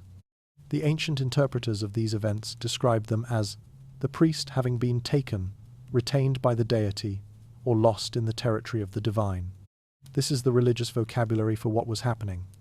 But the physical description, involuntary sustained vocalization, non-responsiveness to external stimuli, prolonged perceptual dissociation, inability to exit the altered state, corresponds with notable precision to the clinical presentation of pathological theta state perseveration, a documented, if rare, neurological condition in which sustained acoustic or electromagnetic entrainment drives theta wave dominance to a level that the brain cannot readily exit. The condition has been observed in cases of extreme acoustic overstimulation and in some neurologically vulnerable individuals exposed to prolonged resonance environments. It is, in clinical terms, a failure of the brain's return mechanism, the neural processes that normally allow a person to ascend from deep theta to waking consciousness on demand. The Sumerians did not treat these incidents as evidence of fraud or failure. They treated them as evidence of power of a system that was real, that worked, and that required precisely the level of training and preparation they prescribed to manage safely. The 15-year training period was not elaborate ritual gatekeeping. It was a safety protocol. The Jiparu was not a metaphor for divine encounter. It was a powerful instrument that could, in untrained hands, cause genuine neurological harm. The ancients did not see the resonance as mystical in the sense of inexplicable. They saw it as a natural force governed by rules, requiring skill to manage, dangerous if mismanaged. They were, in the most precise sense of the word, engineers. And the system they engineered was not, ultimately, local. It was not isolated to a single structure or a single city. What it was, the full scope of it, is what we encounter next. The major ceremonial festivals of the Sumerian calendar do not follow a simple pattern. A few correspond to the agricultural cycle planting and harvest observances that appear in virtually every ancient agrarian culture. But the most significant ceremonies, the ones associated with the Great Ziggurats, the ones requiring the highest level practitioners, the ones generating the most extensive administrative documentation, do not align with agriculture. They align with something else. Some align with astronomical events, the solstices, the equinoxes, specific planetary conjunctions, and oppositions that the Sumerian astronomical records tracked with extraordinary precision. This has been noted by scholars and is generally explained as astral religion, the association of divine powers with celestial bodies. But within this astronomical alignment, there is a subset of events that appears in the ceremonial calendar at intervals too irregular to be purely astronomical, and at timing that seems to correlate with something the texts describe as observable but not directly named. A quality of the air, a particular character of ground tremor, behavior in water and animals that the Sumerian records treat as a reliable indicator of something significant about to occur. Modern geophysics has documented specific natural indicators that accompany periods of elevated geomagnetic activity, the kind of activity associated with Schumann resonance spikes. These include visible auroral phenomena at lower latitudes than usual, intensification of low-frequency microseismic background noise, unusual patterns in the behavior of magnetically sensitive animals, changes in atmospheric electrical activity and lightning frequency. A civilization with a centuries-long tradition of systematic environmental observation could develop a practical calendar of these indicators, effectively a schedule of predicted Schumann resonance enhancement events, without ever measuring electromagnetic frequency directly. They would observe the environmental signatures and learn, through generations of correlation, what those signatures predicted about the quality of experience within their resonance structures. The ziggurat ceremonies were not generating the resonance. They were synchronizing with it at its most powerful moments. This is a distinction with profound implications. The structures were not sources of vibrational energy. They were concentrators of energy that already existed, that pulsed through the earth, whether any human being was paying attention or not. The Sumerian practitioner, ascending to the Jipparu at the prescribed time, was not creating something from nothing. They were arriving at a carefully designed meeting point, a place where the Earth's own electromagnetic energy, naturally elevated by solar and geomagnetic conditions, was being gathered, focused, and directed into a small, enclosed space with extraordinary efficiency. The most important festivals in the Sumerian religious calendar do not correlate with agricultural seasons. They correlate with peaks in solar electromagnetic activity. In modern terms, they were scheduled for the moments when Earth's electromagnetic heartbeat was loudest. And the buildings they conducted those festivals in were built specifically to make the loudest moments louder. Take a map of ancient Mesopotamia, the flat alluvial plain between the Tigris and Euphrates rivers, and mark on it the locations of the 7 major Mesopotamian ziggurats: Ur in the south, Uruk and Eridu nearby, Nippur roughly in the center, Lagash to the southeast, Eshnunna to the northeast, and Babylon in the north, where Etemenanki once stood. Then overlay on that same map the geological survey data for the region, the distribution of the major fault systems that run beneath the Mesopotamian plain, the underground water table boundaries, the zones of elevated microseismic activity identified by modern geophysical surveys. The overlay produces something that has no obvious explanation within the conventional framework of ancient city planning. The major ziggurats sit, with a precision that exceeds chance, at the intersection points of the Mesopotamian plain's primary fault systems. Not beside them, not in their general vicinity. At the precise points where 2 or more fault lines meet the points at which seismic and microseismic energy from multiple geological sources converges. These are the highest intensity infrasound nodes in the regional landscape. They are the locations where Earth's natural low-frequency vibration, driven by deep geological forces, is most intense and most concentrated. This is not a pattern that emerges from water source distribution, which is the conventional explanation for Mesopotamian city placement. The major rivers of the region, the Tigris and Euphrates, and their tributaries, do not follow the fault line network that the ziggurat locations track. The cities were placed on their water sources for practical reasons. But within those cities, the ziggurats were placed elsewhere at locations selected. The evidence suggests for a different set of considerations entirely.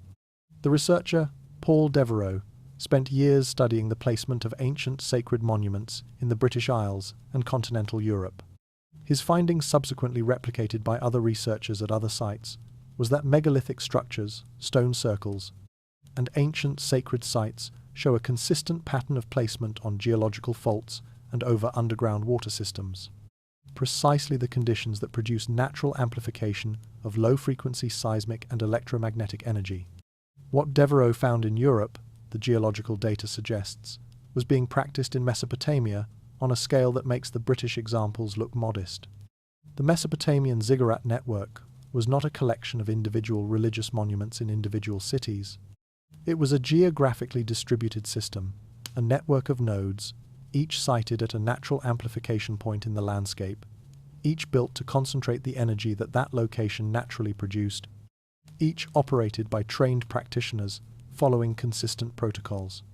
When you plot the locations of every major ziggurat on a geological survey map of ancient Mesopotamia, something appears that has no business being there, a deliberate, sophisticated, continent-spanning network designed to interact with Earth's vibrational field at multiple simultaneous locations.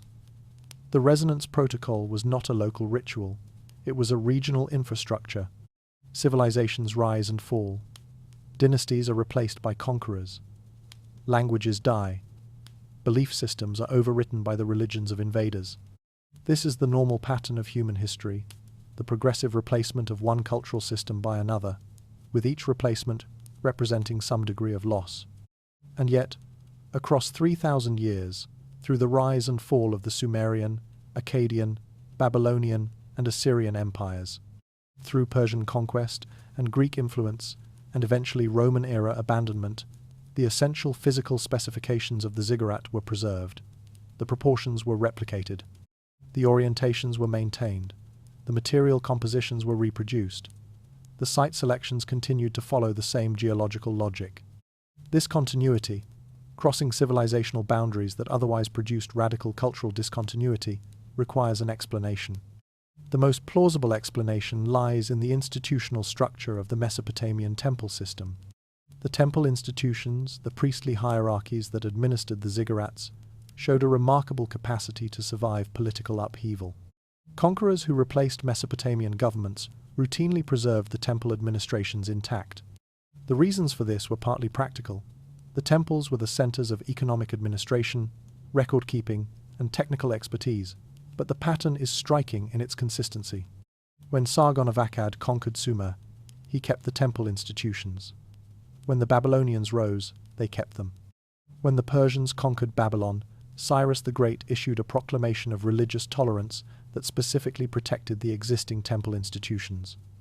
The priests survived, and with the priests, the knowledge survived, including the specific technical knowledge encoded in the construction protocols, the training curricula, and the operational procedures of the ziggurat system.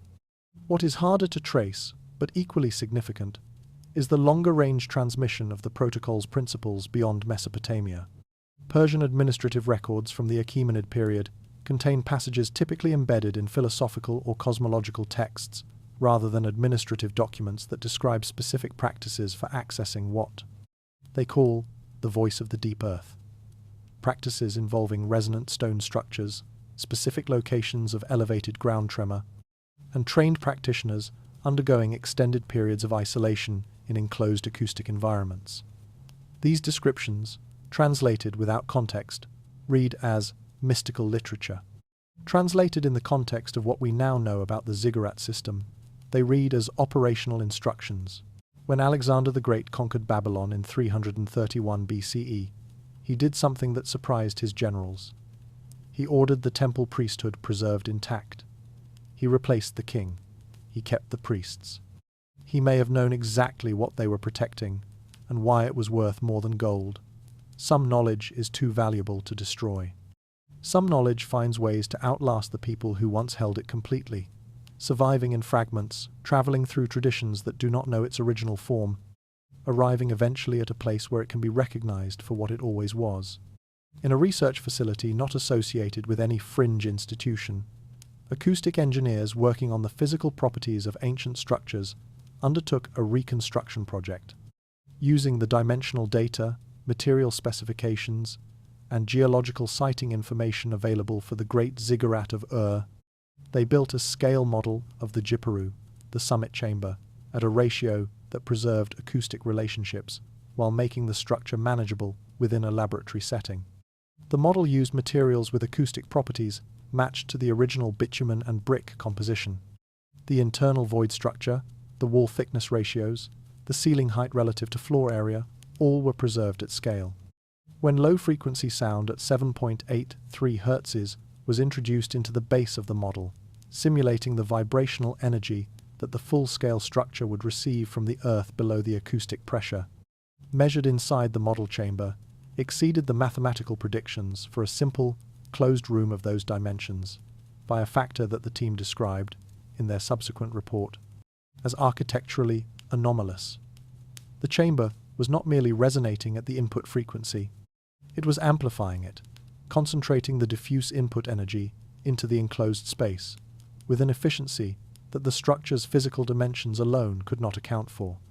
The additional efficiency came from the combination of factors the reconstruction had preserved: the void structure, the material composition, the angular geometry of the surrounding terrace form. Each element contributed. Together, they produced something qualitatively different from the sum of their parts. At the acoustic pressure levels measured inside the model chamber, during a simulated period of elevated Schumann activity, a period of elevated input at the base of the model, the equivalent full-scale exposure for a human, the occupant would, according to the acoustic and neurological parameters the team applied, produce measurable effects on brainwave activity within approximately 18 to 25 minutes. Sustained exposure for 2 to 4 hours, the duration specified in the Nippur training curricula for advanced ziggurat practice, would produce deep and sustained theta wave entrainment in a trained practitioner. The effect on an untrained person, the model suggested, would be more unpredictable, potentially disorienting, possibly distressing, certainly powerful. The training was not ceremonial preparation. It was a prerequisite for safe operation. When researchers used acoustic modeling software to calculate the resonance efficiency of a reconstructed ziggurat summit chamber, the computer returned a result that made the team pause. The chamber was not just resonating at Earth's frequency, it was amplifying that frequency, concentrating it. The ancient builders had not built a building, they had built a lens. Not a lens of glass and light, but a lens of stone and vibration, an instrument designed to gather the Earth's diffuse electromagnetic breath and focus it with extraordinary precision onto the human mind. That is the resonance protocol in its fullest form. Not a ritual, not a religion, not a mystery in the sense of something deliberately concealed. A technology. Elegant, sophisticated, empirically developed, and encoded in the only medium the ancient world possessed for transmitting complex technical knowledge across generations: stone. On the Giza Plateau, in the chamber at the heart of the Great Pyramid, there is a room that does something unusual. Not visible unusual, the King's Chamber, as it is called, looks like what it is: a rectangular granite room, bare walls, a lidless stone sarcophagus in the center, nothing else. But its acoustic behavior is extraordinary. When sound is introduced into the room at low frequencies, something happens that does not happen in ordinary rooms. The room responds. It adds to the sound rather than simply reflecting it. It creates standing waves, patterns of acoustic pressure that concentrate at specific points in the space, nodes of intensity that remain stable and consistent regardless of where the sound enters. Acoustic engineer John Reed has measured the King's Chamber's acoustic response in detail. Its resonant frequencies, the frequencies at which it responds most powerfully, cluster between 6 and 8 Hz. The sarcophagus itself, an empty stone box of specific dimensions and specific granite composition, resonates at approximately 7.5 Hz when excited. The combined acoustic environment of the chamber and the sarcophagus produces a sustained low-frequency field within the room that falls, with remarkable consistency, within the Schumann resonance range. Researcher and engineer Christopher Dunn, examining the physical properties of the chamber in detail, noted that its granite walls, Aswan granite, specifically chosen for its composition, contain elevated concentrations of quartz crystals that exhibit piezoelectric properties. Mechanical vibration applied to piezoelectric material generates electrical charge. An acoustically excited granite room filled with piezoelectric stone would produce not merely infrasonic stimulation, but weak electromagnetic fields at the same frequency as the acoustic input. The Great Pyramid is oriented to within 3/60 of a degree of true north, a precision that modern GPS surveying confirms is extraordinary even by current technological standards. This orientation aligns the pyramid's long axis with the dominant direction of geomagnetically induced ground current flow in the Nile Valley region, the same alignment principle that the major Mesopotamian ziggurats follow in relation to their local geological context. The specific structural form is different. The specific cultural context is different. The acoustic engineering principles are the same. This is not evidence of direct transmission from Mesopotamia to Egypt, or from Egypt to Mesopotamia. It is evidence of two independent civilizations, discovering, through extended empirical observation of the same natural phenomenon, the same set of functional principles. When a researcher played a low-frequency tone inside the king's chamber of the Great Pyramid, the chamber responded in a way that nobody expected. It didn't echo. It sang back at precisely the frequency of the Earth's own electromagnetic heartbeat. The chalk uplands of southern England are scattered with monuments that predate the ziggurats, predate the pyramids, predate every named civilization in the historical record. The most famous of them, Stonehenge, has been studied for centuries, debated by scholars across disciplines, and subjected to every interpretation, from solar calendar to burial monument to landing site for visitors from elsewhere. Most of these interpretations focus on the visual and astronomical properties of the structure. Very few have examined what it did acoustically. Rupert Till, a music technology researcher at the University of Huddersfield, has produced the most detailed acoustic model of Stonehenge's original complete form. The arrangement as it stood before the millennia of damage that has left it in its current partial state. What the model shows is a structure of considerable acoustic sophistication. The complete ring of stones and lintels would have created what Till describes as a sonic wall, a circular enclosure that prevented low-frequency sound from radiating outward uniformly, and instead created a standing wave field. Within the central area, the frequencies most strongly sustained within this field fall between 4 and 8 Hz. The central space of the complete Stonehenge would have been a low-frequency resonance environment of a kind that does not occur naturally anywhere on the Salisbury Plain. The passage tomb of Newgrange in Ireland, built around 3200 BCE, making it older than Stonehenge and older than the Giza pyramids, offers a different architectural approach to the same functional result. Its internal chamber, a corbelled stone dome reached by a long, narrow passage, has been measured to produce a resonant frequency in the low acoustic range, with strong harmonic relationships extending into the infrasonic. The passage's orientation admits direct sunlight only at the winter solstice, an astronomical alignment that required sophisticated observation and precise construction. The same precision applied to the acoustic design suggests that the acoustic properties of the chamber were no accident. Stonehenge is usually described as an astronomical calendar, but when acoustic engineers modelled its original complete form, they found that it was also something else, an enclosure that trapped low-frequency sound inside its circular boundary and created, at its centre, a standing wave at Earth's own resonant frequency. Different stones, different forms, different continents, the same frequency, the same principle. Over and over and over again, across the ancient world, the same answer to the same question, the same discovery, made independently, that this particular frequency, concentrated in the right kind of stone space, produced something worth building for.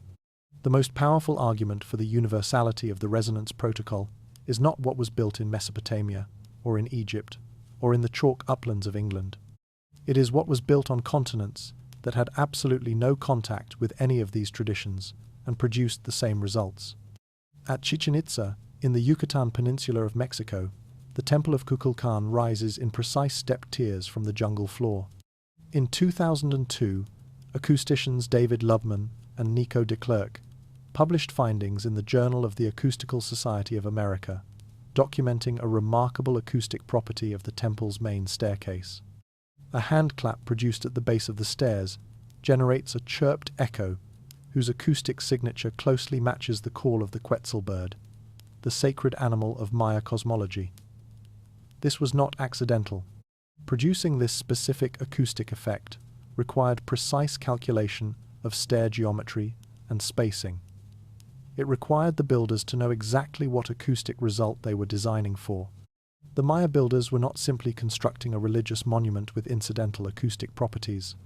They were designing an acoustic instrument with a specific intended output, using a sophisticated understanding of how physical geometry produces acoustic effects. The internal structure of the Temple of Kukulkan produces resonance effects in the 8-12 Hz range. The same range, the same principle. No contact with any old world tradition. The same discovery, made independently, thousands of kilometers away. Borobudur, in central Java, is a Buddhist monument constructed around 800 CE, but built on a site with far older ceremonial significance. Its structure, 72 perforated stone stupas, arranged in geometric patterns on a series of terracing platforms, produces, when wind passes through the perforations at specific velocities, a sustained, low-frequency acoustic output in the 5 to 9 Hz range. The arrangement of the stupas, their spacing, diameter, and the specific dimensions of their perforations cannot be explained by structural or decorative requirements alone. It is a wind instrument design, built into a monument. The instrument produces the same frequency range that every other structure in this catalogue was built to concentrate. On 4 separate continents, in cultures that had absolutely no contact with one another, ancient builders arrived at the same conclusion. If you want to reach the deepest levels of human experience, you build a stepped stone structure, orient it precisely, and build a specific room at its summit, the same room, every time. The convergence is too consistent, too specific, and too cross-cultural to be coincidence. It is the signature of an independent discovery, the same natural phenomenon found by every civilization sophisticated enough to build in stone and observant enough to notice what happened when they built in the right way, in the right place, at the right frequency. Among the major Mesopotamian ziggurats, there is one that presents a problem. The Ziggurat of Ur, built around 1400 BCE near modern Baghdad as the centerpiece of the Kassite city, Dur-Kurigalzu, is one of the better preserved examples. Its core tower still standing at approximately 57 meters. It should, by the logic of everything this documentary has established, exhibit the same acoustic engineering principles as the other major ziggurats. It should resonate in the Schumann range. It should show evidence of the same careful calibration of materials and geometry that characterize Ur, Choga Zanbil, and the others. When acoustic modeling teams applied the same analysis to Agar Guf that produced such striking results at other sites, the result was different. The modeled resonant frequencies fell outside the Schumann range. The material compositions were inconsistent with the characteristic bitumen to aggregate ratios of authentic ziggurat mortar. The structural geometry deviated from the proportional relationships that produced Schumann-aligned resonance in the major examples. For a time, Agar Guf appeared to be a genuine counterexample evidence that the acoustic engineering pattern was not as systematic as the evidence suggested. Then historians examined more closely who actually built what is visible at Dur-Kurigalzu today. The answer is complicated. The Kassite builders who constructed the original ziggurat around 1400 BCE had institutional connections to the Babylonian priestly tradition, and likely possessed the acoustic engineering knowledge the tradition carried. But Dur-Kurigalzu was abandoned after the Kassite period, reoccupied centuries later by a successor culture with no institutional continuity with the original builders, and then partially rebuilt during that later occupation. The surviving structure is not the Kassite original. It is a partial reconstruction by builders who could see what was there, but no longer had access to the specifications that had made it function correctly. They rebuilt the visible form without the invisible specifications. The proportions drifted, the material composition changed. The acoustic calibration, which requires precise ratios at every level of the structure, was lost. The result is a structure that looks like a ziggurat and fails to perform like one. And this failure, paradoxically, is some of the strongest evidence for the deliberateness of the acoustic engineering in the structures that succeed. If the resonance properties of the major ziggurats were accidental byproducts of general architectural practices, you would expect most ziggurats to exhibit them, with occasional exceptions. What you actually find is that the structures with confirmed institutional continuity, built by practitioners who possessed the specific technical knowledge, exhibit the resonance properties, and the structures built without that continuity, by people who could copy the form but not the function, do not. There is one major ziggurat that should resonate at Earth frequency but doesn't. For years, it was treated as a counterexample that undermined the entire theory, until researchers looked more carefully at who built it and discovered that the people who rebuilt it did not know what they were replacing. Acoustic archaeology is a young discipline with an ancient subject.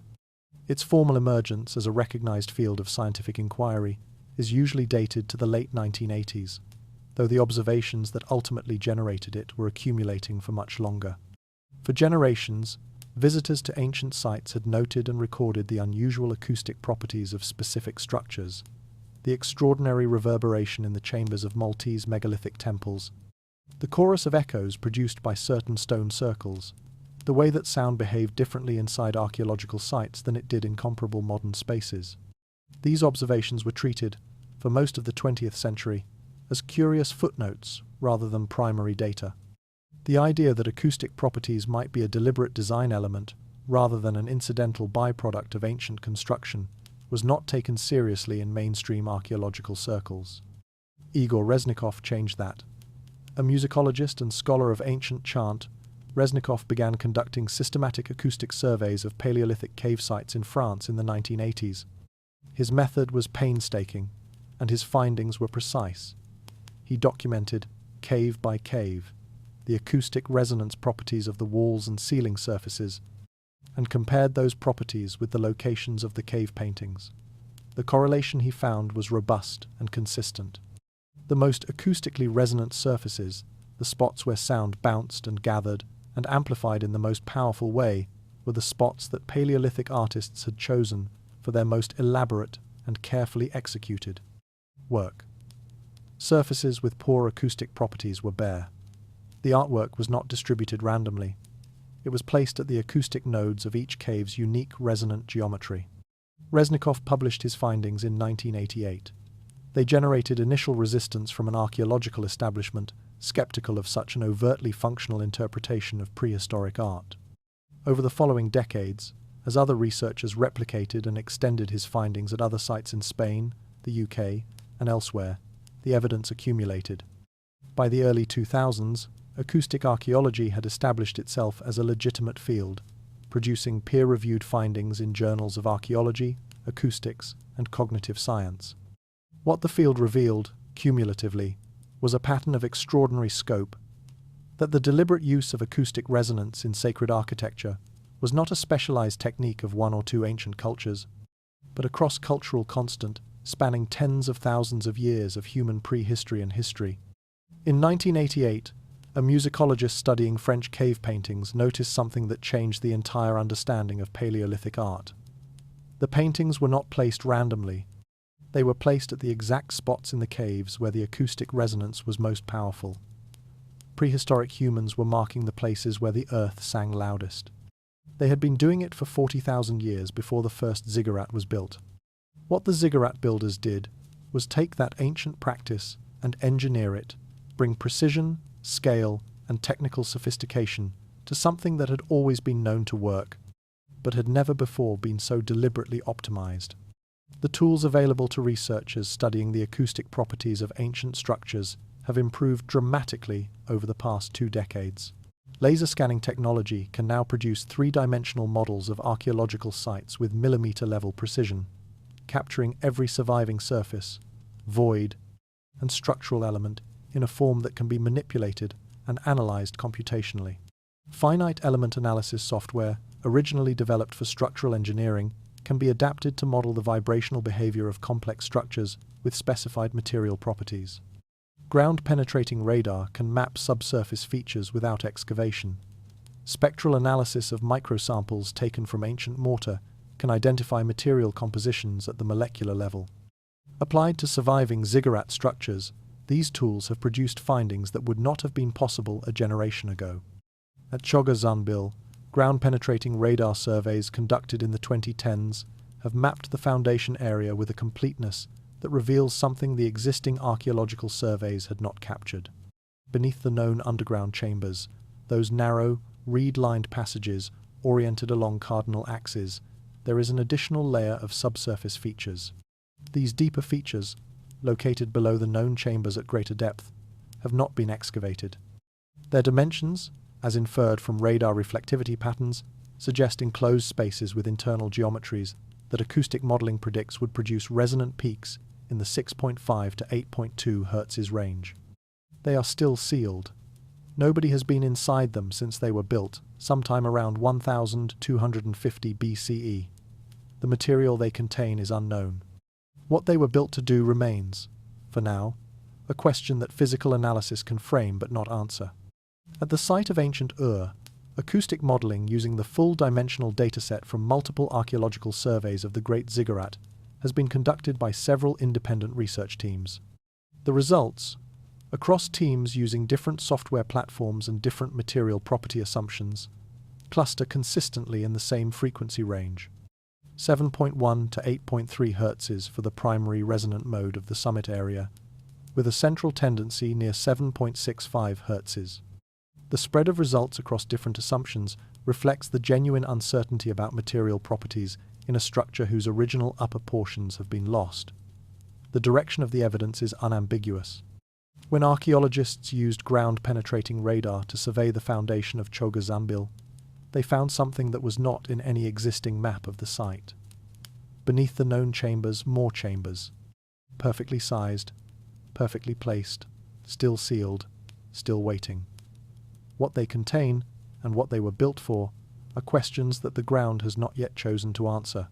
Three converging bodies of modern research have, in the past 2 decades, arrived at conclusions that bear directly on what the ziggurat builders appear to have understood empirically thousands of years ago.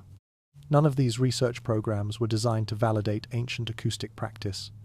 They were designed to understand the human brain. What they found, in the process of understanding it, is that the brain's relationship with low-frequency vibration is more profound, more ancient, and more practically significant than anyone in modern science had previously assumed. The first body of research concerns what is variously called binaural beats, isochronic tones, and theta wave entrainment. The basic finding, replicated across dozens of independent studies, is straightforward. Sustained acoustic stimulation in the 4 to 8 Hz frequency range, delivered through appropriate means, reliably induces theta wave dominance in the human brain, with effects that include reduced activity in the default mode network, enhanced access to long-term associative memory, and in some subjects, spontaneous hypnagogic imagery. The entrainment effect is not subtle. It is measurable in standard EEG recordings, consistent across subjects, and reproducible under controlled conditions. The brain responds to this frequency the way a tuning fork responds to its matched pitch. It synchronizes. The second body of research comes from the clinical study of profound altered states. Specifically, the work being done at Johns Hopkins, Imperial College London, and several other institutions studying the neuroscience of psilocybin-induced experiences. What this research has established is that the neurological signature of what subjects describe as a mystical experience, characterized by a sense of unity, of sacredness, of encountering something profoundly real outside ordinary categories, is identical whether the experience is produced by a psychedelic compound or by deep meditative practice involving sustained theta state entrainment. The mechanism, not the trigger, determines the experience. This means that the specific neurological state produced by the ziggurat acoustic environment was not a vague, altered state in any imprecise sense. It was a specific, reproducible, neurologically defined mode of consciousness with a consistent phenomenological profile across subjects and across methods of induction. The third body of research comes from electromagnetic biology, the study of how extremely low-frequency electromagnetic fields interact with biological tissue. Modern neuroscience has confirmed that electromagnetic fields in the Schumann range directly modulate activity in the hippocampus and temporal lobes, brain regions central to memory integration, spatial processing, and, when spontaneously activated in certain conditions, profound experiences of the kind that every spiritual tradition in human history has sought to cultivate and describe.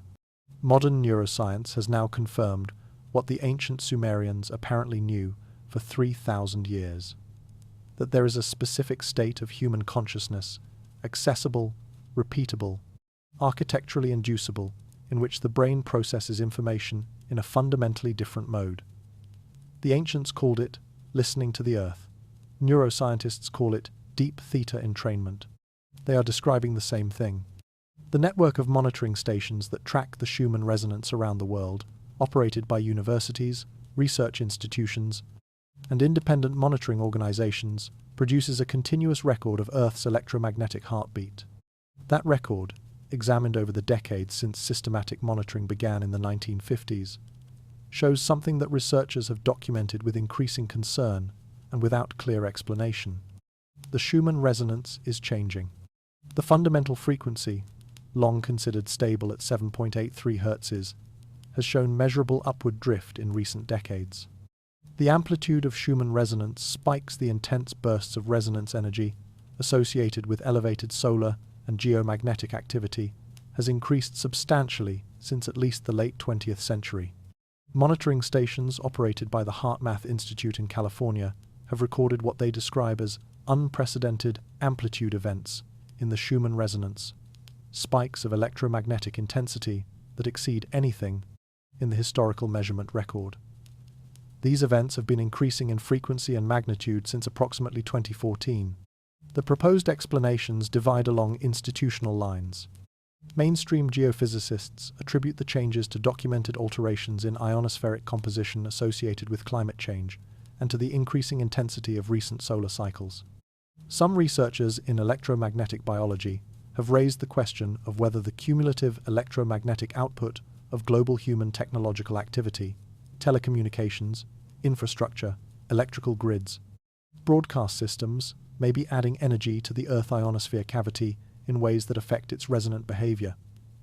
This is controversial and unresolved. What is not controversial is the measurement record itself. The frequency and amplitude of the Schumann resonance are not what they were 50 years ago. For the framework this documentary has been building, this fact carries an implication that nobody working in mainstream geophysics or electromagnetic biology has yet directly addressed. The structures that the ancient ziggurat builders constructed were calibrated to the Schumann resonance of their time, a frequency environment that was different in specific and measurable ways from the one that exists today. The protocol was optimized for specific conditions. Those conditions are shifting. The monitoring data shows this clearly. Scientists monitoring Earth's electromagnetic heartbeat have noticed something in the data they cannot fully explain. The heartbeat is speeding up and getting louder. The frequency that the ancient ziggurat builders tuned their structures to, it is changing, and nobody is entirely sure what that means. The structures are mostly gone, but the frequency they were built to work with is still here, altered, amplified, and moving in directions that no ancient practitioner could have predicted, toward a future that none of our current frameworks can yet describe. Knowledge does not simply vanish. It is lost, which is a different thing entirely, an active process requiring force, neglect, or the severing of the specific human chains through which living, practical understanding is transmitted.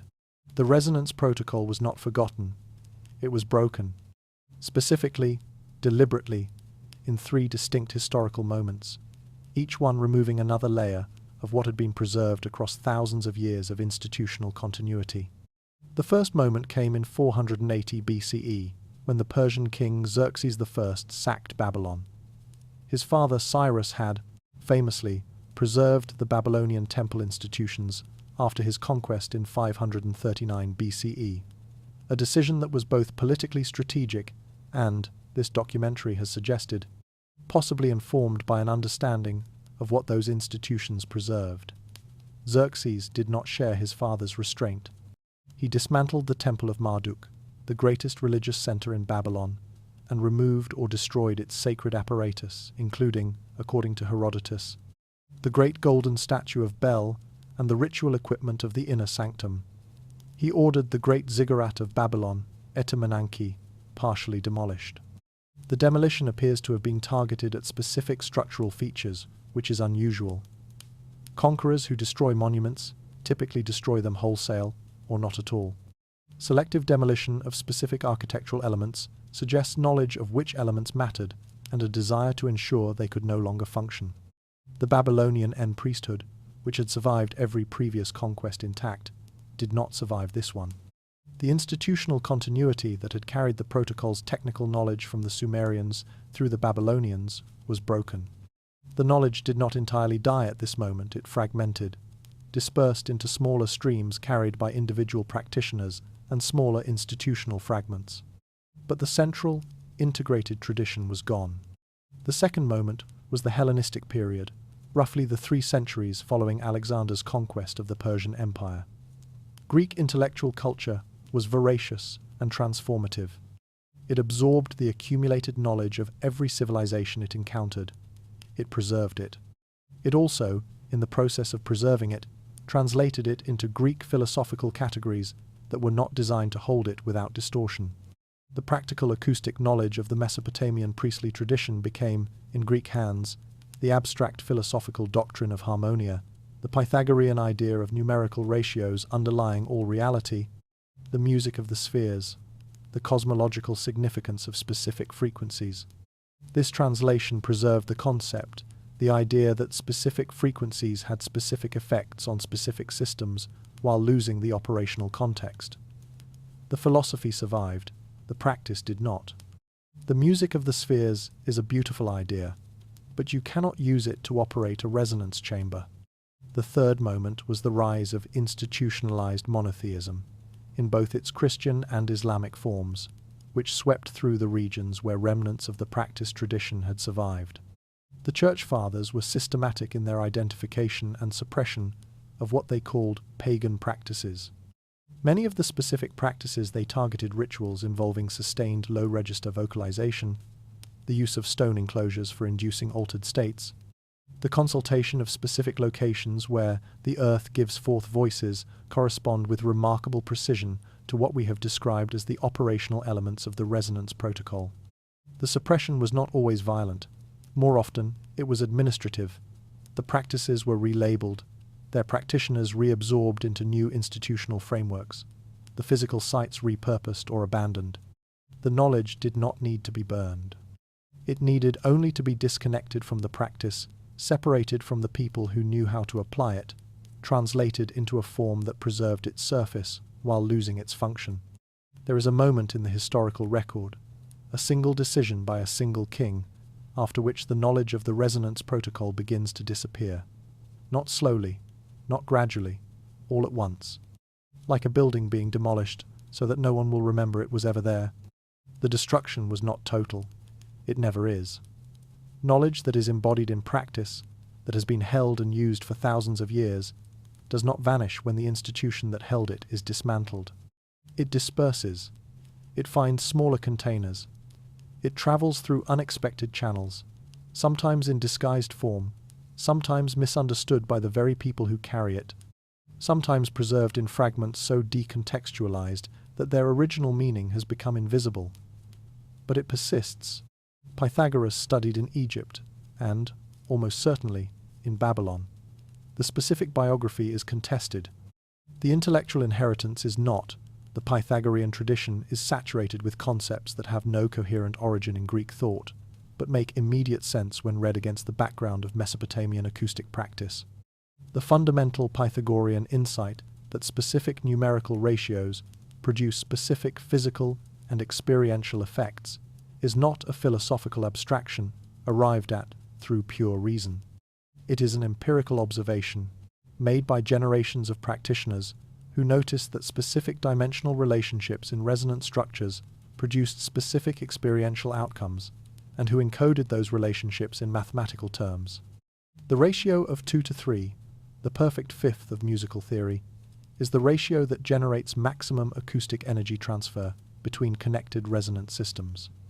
The ratio of 1, square root 2, appears consistently in the proportional systems of major resonance structures, not as decoration, but as function. Pythagoras did not discover these ratios. He received them, and in translating them from operational knowledge to philosophical doctrine, he preserved their structure while losing for the Greek tradition, at least their application. Later transmission is traceable in Islamic philosophical texts of the 9th and 10th centuries. Ibn Sina, the polymath known in the West as Avicenna, wrote extensively about the therapeutic and transformative effects of specific musical modes on human consciousness and physiology. His descriptions of the specific frequencies that produce specific neurological and emotional effects are more precise than would be expected from pure theoretical speculation. They read as summaries of an empirical tradition that Ibn Sina was drawing on rather than originating. A passage in his Canon of Medicine describes, with unmistakable specificity, the use of enclosed stone chambers with specific dimensional ratios for therapeutic and contemplative purposes, chambers whose described properties align closely with what we have documented as the acoustic features of the Jipuru. Ibn Sina was writing in the early 11th century, 500 years after the last ziggurat had been used. The knowledge he was drawing on was already ancient in his time, but it was still alive, still being carried, in fragmented form, through the philosophical and medical traditions of the Islamic world. Hidden inside the most obscure passages of medieval Islamic philosophy is a description of a specific musical tone that the author claims can make the earth speak. The tone he describes, 7.83 Hz. The year he wrote it, 1021 CE. 13 centuries after the last ziggurat was used, and the knowledge was still alive. In the summer of 1899, a Serbian-American inventor named Nikola Tesla left New York City and traveled west to Colorado Springs. He had secured backing from a financier interested in wireless power transmission, and he needed space and isolation to conduct experiments on a scale that Manhattan could not accommodate. He built a laboratory on the edge of the prairie and began working. What he found there, what he stumbled into while pursuing a practical electrical engineering goal, was something that stopped him, by his own account, with the force of genuine discovery. Tesla was studying the behavior of electrical oscillations in the Earth. He had developed, years earlier, an intuition that the Earth itself could be used as a conductor, that electrical energy could be transmitted through the planet, not over it, using the Earth's own conductive properties. To test this, he needed to understand the Earth's natural electrical resonances. What he found, through a series of experiments involving the deliberate introduction of powerful electrical oscillations into the ground and the measurement of the resulting resonant patterns, was that the Earth behaved as a resonant cavity, with specific, predictable, natural frequencies. The primary frequency he measured his instruments were crude by modern standards, but his methods were careful, fell in the range that we would now describe as the Schumann resonance. Tesla called it the resonant frequency of the Earth. In his notes from Colorado Springs, he wrote of the experience of being inside the laboratory during periods of strong resonant activity as producing a quality of awareness that he described, with characteristic intensity, as the sensation of the Earth being awake. The language is not scientific, but the physical observation behind it is. Tesla never built his world wireless system. His primary backer, J.P. Morgan, withdrew funding when it became clear that the system Tesla was proposing could not be metered, that it would, in principle, provide freely accessible electrical energy to anyone who connected to it, without the revenue control that Morgan's investment required. The Wardenclyffe Tower, Tesla's attempt to build a full-scale implementation of his resonance transmission system, was never completed. It was demolished in 1917 for scrap metal. After Tesla's death in January 1943, agents of the Office of Alien Property, a United States government agency, arrived at his hotel room in New York City and removed the contents. His notes, his diaries, his correspondence, his experimental records. These materials were classified. Much of what was removed has never been made public. What Tesla had found in Colorado, an independent rediscovery, using the tools of early 20th century electrical engineering, of the same resonant phenomenon that the ancient Mesopotamian builders had encountered and worked with for 3,000 years, was not, as far as the available record shows, acted upon by those who took his materials, whether it was recognized for what it was or simply buried under the weight of institutional inertia remains unclear. The closest any modern scientist came to rediscovering the resonance protocol was an inventor working alone in a Colorado mountain laboratory in 1899. He called what he found the heartbeat of the Earth. Within 5 years, his funding had been cut, his laboratory shut down, and his notes eventually removed. He spent the last 40 years of his life unable to pursue what he had found. The parallel to the conquest of the Babylonian temples is not metaphor. It is the same story, told in a different century, with different actors and different instruments, but the same ending. Knowledge that touched something too fundamental, managed by people who were not ready for what it implied. In the desert of southern Iraq, approximately 20 kilometers from the modern city of Nasiriyah, the lower terraces of the Great Ziggurat of Ur still stand. They have been there for roughly 4,000 years. The upper terraces are gone, eroded by wind and rain over the centuries, damaged by the salt crystallization that afflicts all ancient brickwork in the region, partially reconstructed in the 1980s, in a project that has been criticized by archaeologists for using modern materials that do not match the original. The summit chamber, the Jipparu, the room that was the functional heart of everything this documentary has described, is gone. The shrine and its contents, whatever they were, are gone.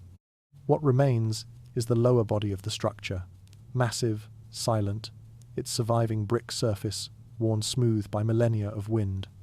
The conventional emotional register when encountering such a ruin is loss. Here is what was, here is what time has taken.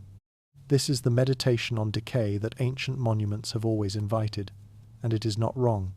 Something was lost. The institution that maintained this structure, the practitioners trained to operate it, the accumulated empirical knowledge of what it was built to do, all of these are gone.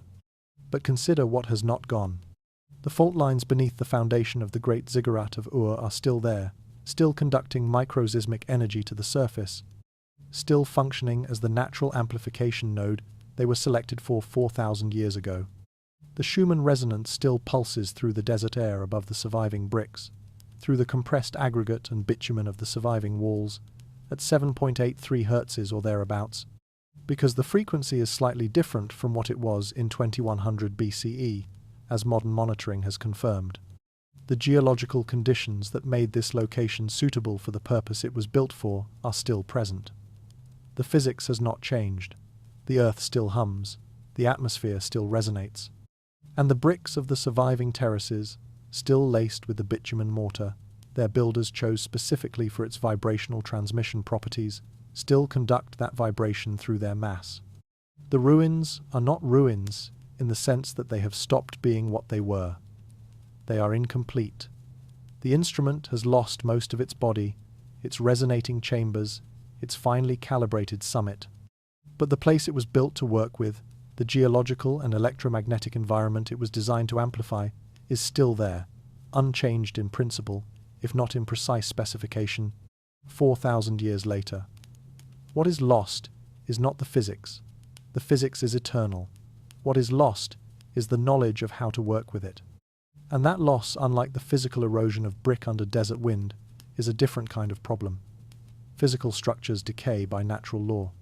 Knowledge is lost by choice, and can, in principle, be recovered by the same process that produced it in the first place. Careful, patient, empirical attention to what the world is actually doing. In a clinical research facility in the Netherlands, patients with treatment-resistant depression are participating in a study unlike any that existed a decade ago. They sit in a specifically designed acoustic environment and are exposed, over sessions of increasing duration, to sustained low-frequency acoustic stimulation calibrated to the theta wave range approximately 7 to 8 Hz, delivered through bone conduction transducers that transmit the vibration directly to the skull rather than through the air. The preliminary results, presented at several European neuroscience conferences, show reductions in depressive symptom scores that compare favorably with pharmacological interventions.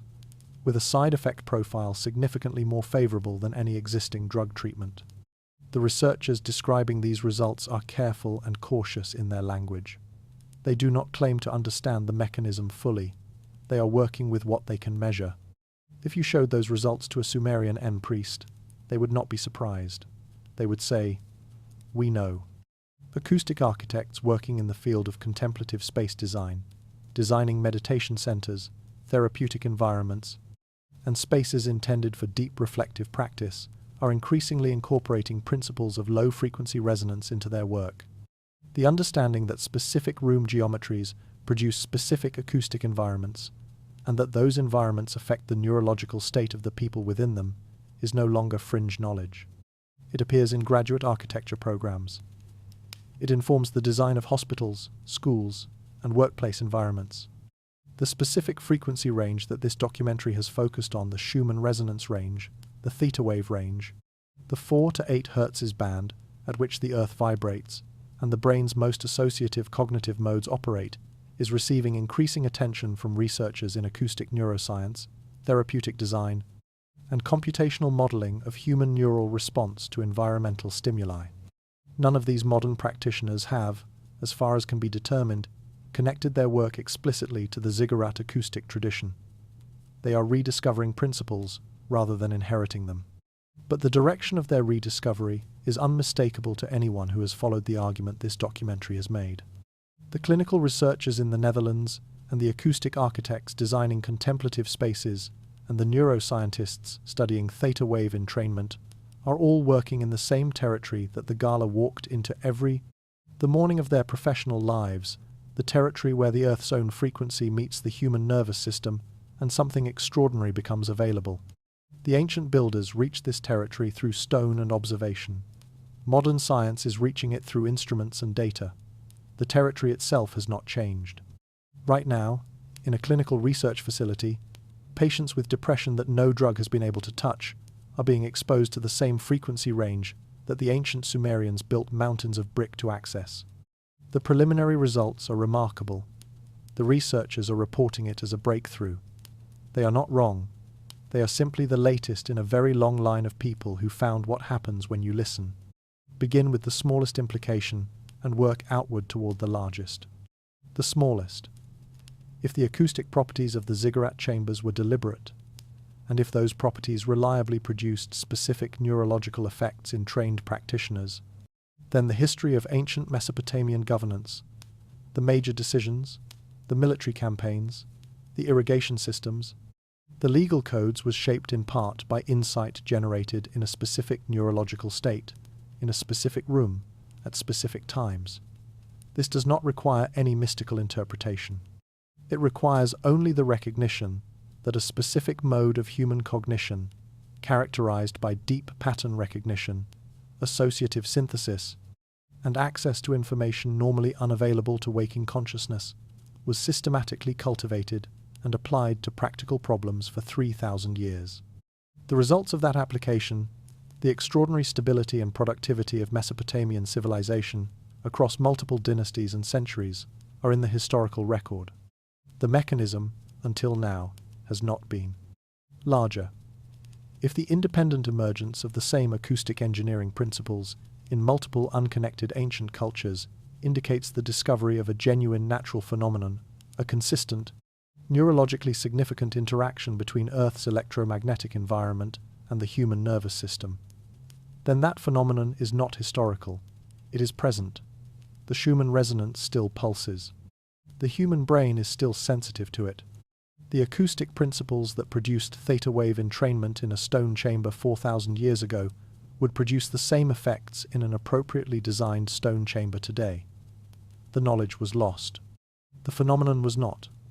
Which means the gap between where we are and where the ancient builders were is not a gap in physics. It is a gap in application. Largest. The resonance protocol, at its deepest level, was a practice of listening not passively, but with extraordinary structural and human preparation to the planet on which human civilization depends. It was a technology for making human consciousness responsive to the environment it inhabits, for creating a mode of awareness in which the boundary between the human mind and the natural world became temporarily and reliably, permeable. In a historical moment when the relationship between human civilization and the natural world is under stress that has no historical precedent, there is something in this worth holding carefully. The most ancient and the most sophisticated builders the ancient world produced spent 3,000 years and incalculable resources building instruments for listening to the earth. The earth was telling them something. They were well equipped to hear it. We are not, currently, in a position to know what they heard, but we are in a position to notice that they were listening, and to ask whether that is a habit worth recovering. Let us return, at the end, to where we began. There is a sound playing right now. In the room where you are sitting, you cannot hear it, but your body can feel it. It has been feeling it your entire life, this low, planetary pulse moving through the floor beneath you, through the walls around you, through the air between you and everything else.